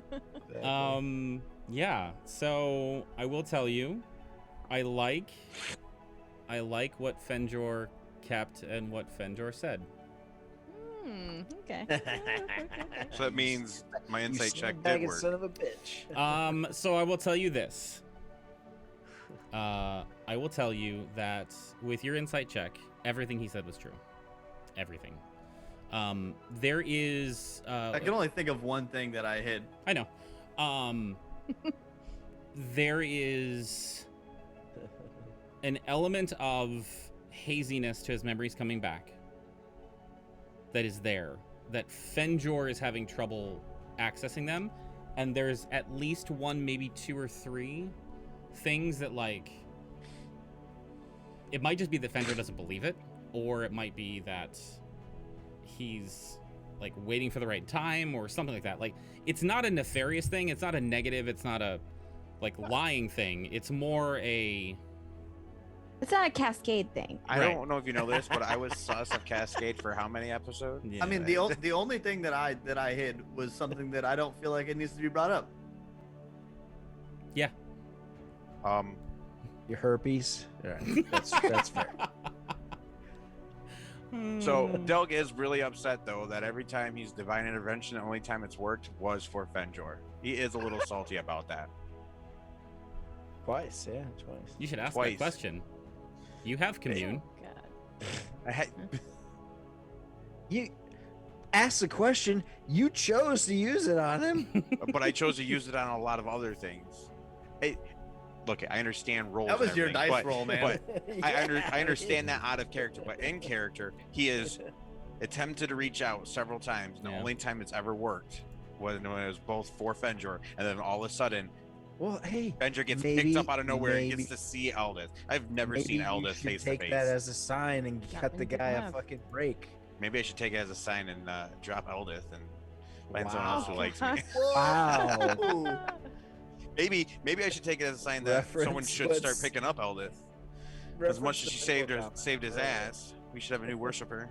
Hey man, maybe he's just like the chosen one. That's all. Jeez, There you go. Take that. I'll worship you, but only on my terms, Eldeth. Yeah, it's just the pickles make everything taste weird. I really I know that it's a part of the signature sandwich, but I asked. You're a god. I thought. Just said listen, no man. salt. But they I thought you would know. I understand you're the god of pickles. It's not my fault. It's just I was born into the religion, and my dad was really adamant that I continue the clergy. Well, it seems like you're not trying to work with me. Oh boy, I love you, Doug. I miss Sundays. I know. I'm so This is happy to be great. back. I'm so happy to be back. Yes. Hey, let's take a moment to go around the horn again and reintroduce ourselves and the characters we played and all that fun stuff. All right, that's me. I am Mr. Chum. Once again, I go by Chum Nation around these internet parts. I was playing Varys Selvarin, the High Elf Warlock, and I actually have dusted off my stream a couple times last week and stuff. I'll probably do that some more this week, just because playing the flight simulator game kind of keeps me fresh for my job. So please come on by to twitch.tv/Chum Nation, and if you see me online, and I'll answer whatever questions I can about flying big jets or military jets, and we'll hang out and do that kind of stuff. So that's about it. Joe. Hey, I'm Joe. I go by the Nation of Joe here on Twitch and the Nation of Joe _ on Twitter. I was playing Bree, the fighter rogue, Warforged fighter rogue.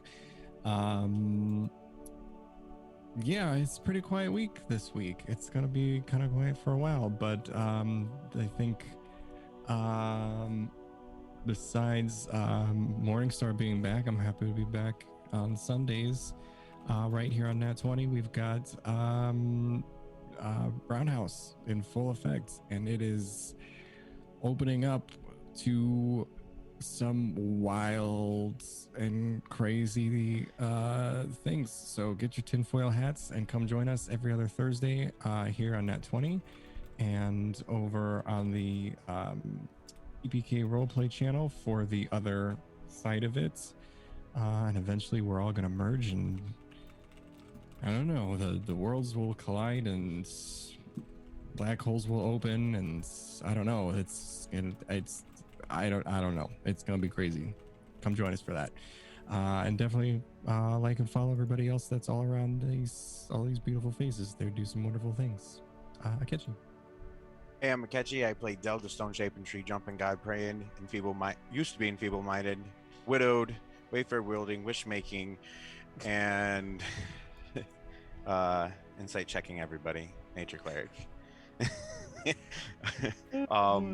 You can find me here on Sundays for Morningstar, obviously, and Roundhouse every other Thursday.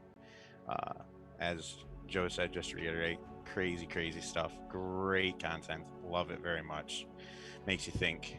Other than that, check out everybody here. Sarah? Hi, I'm Osiris Franco. I play Cascade Traylon, the Water Genasi Order of the Scribes Wizard. If you like my face and the words I say sometimes, you can find me on Twitch and Twitter at Osiris Franco. As for TTRPG stuff, catch me over in TPK Roleplay tomorrow night for Roundhouse Omega, which is the Sister Monster of the Week campaign, which is super duper cool. And then you can find me back here on Wednesday in Against the Tides. We're returning. We are reborn, and I'm very excited. We're leaning in hard with the new character, and I'm very, very excited to introduce her and do the thing. And then on Saturday, catch me back over at TPK Roleplay in the morning for Curse of Strahd Dark Echoes. In the morning, Murder and Coffee, I believe, will be in between, where we're going to talk about some stuff about role-playing and controlling player interactions. Not controlling, helping facilitate player interactions that can be challenging. And then that evening for The Bard's Refrain, GM'd by yours truly. And then again, Morningstar, I cannot tell you how excited I was when I woke up this morning. We're back, baby. And I'm really happy about it. Kicking over to Ash. Yeah, that's me. I'm Ash. I go by Ash and Rabbit here on Twitch and over on Twitter. Today I played Hope the Furbolg Life Cleric. Just a constant mess of a just confused, elated, excited, and terrified all in one. Yeah, come back next Sunday for more Morningstar. I am beyond excited for this to have returned. It's like coming home after a very long time. It's very good. You can also come see stuff on Wednesday for our return to our Against the Tides campaign, the thing that I DM, and I'm still working on stuff, but it's gonna be okay. That's it for me. I'm gonna pass it over to Direct. Hey guys, Direct Threat. Over here playing Fenjor, the guy that has memory, doesn't have memory, has memory, holds fancy water, kills the party, doesn't kill the party. Friend. You can catch me here. This is the only place that I do RPG stuff. Would do it other spots. Just saying. Throwing it out there. Still kind of learning, doing all the roleplay stuff and all that. And feel like I'm doing pretty good with it. Other than that, you guys can catch me at twitch.com/directthreat. I've been doing a lot of Assassin's Creed stuff. I am working on something with Saint to do a nice 2-player game, which would be pretty sick. I don't know when that's gonna be, but we'll figure it out and post it on the good old Twitters. So, Saint. Hi, I'm DMF Saint. You can find me on Twitch and Twitter at DMF Saint, as well as running things over here at Nat20. As everyone said, we will be live with Roundhouse Omega episode 3 tomorrow at TPK Roleplay, and then Thursday off, and then the next Thursday we continue with Alpha. Some of the greater narrative has been exposed, and we are now getting into the craziness, so it's a good time to jump in, though I cannot promise you will understand what the fuck is going on, because half the time I don't. Also, I'm in half of the things that everyone else mentioned, so that's a thing too. Over on TPK Roleplay with Bard's Refrain, here for Against the Tides, I am continuing the character arc of Turley, who is mentally in the same place, but physically has regressed to level 1. I still have to get you my level 1 stats. I'm sorry.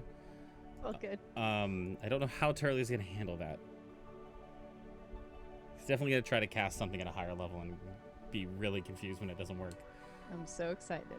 And we are excited to have season 3 back for Morningstar. Season 1 was putting everybody into the blender. Season 2 was slowly unveiling what is going on. Season 3 is them figuring out how to handle and manage the greater plot. Then season 4, well, I guess we'll have to get to that. So on behalf of everyone here at Nat20, thank you so much for watching. We will see you soon. I'm going to send you guys off to Addy B. We sent you guys there before. They were at episode 5 of a Dungeons & Dragons dual DM'd campaign. I think it's fun when 2 DMs run a campaign together, so that's why I decided to pick that for tonight. So hang out if you like, show them some support, and we will see you soon. Take care. Goodbye. We'll miss you all.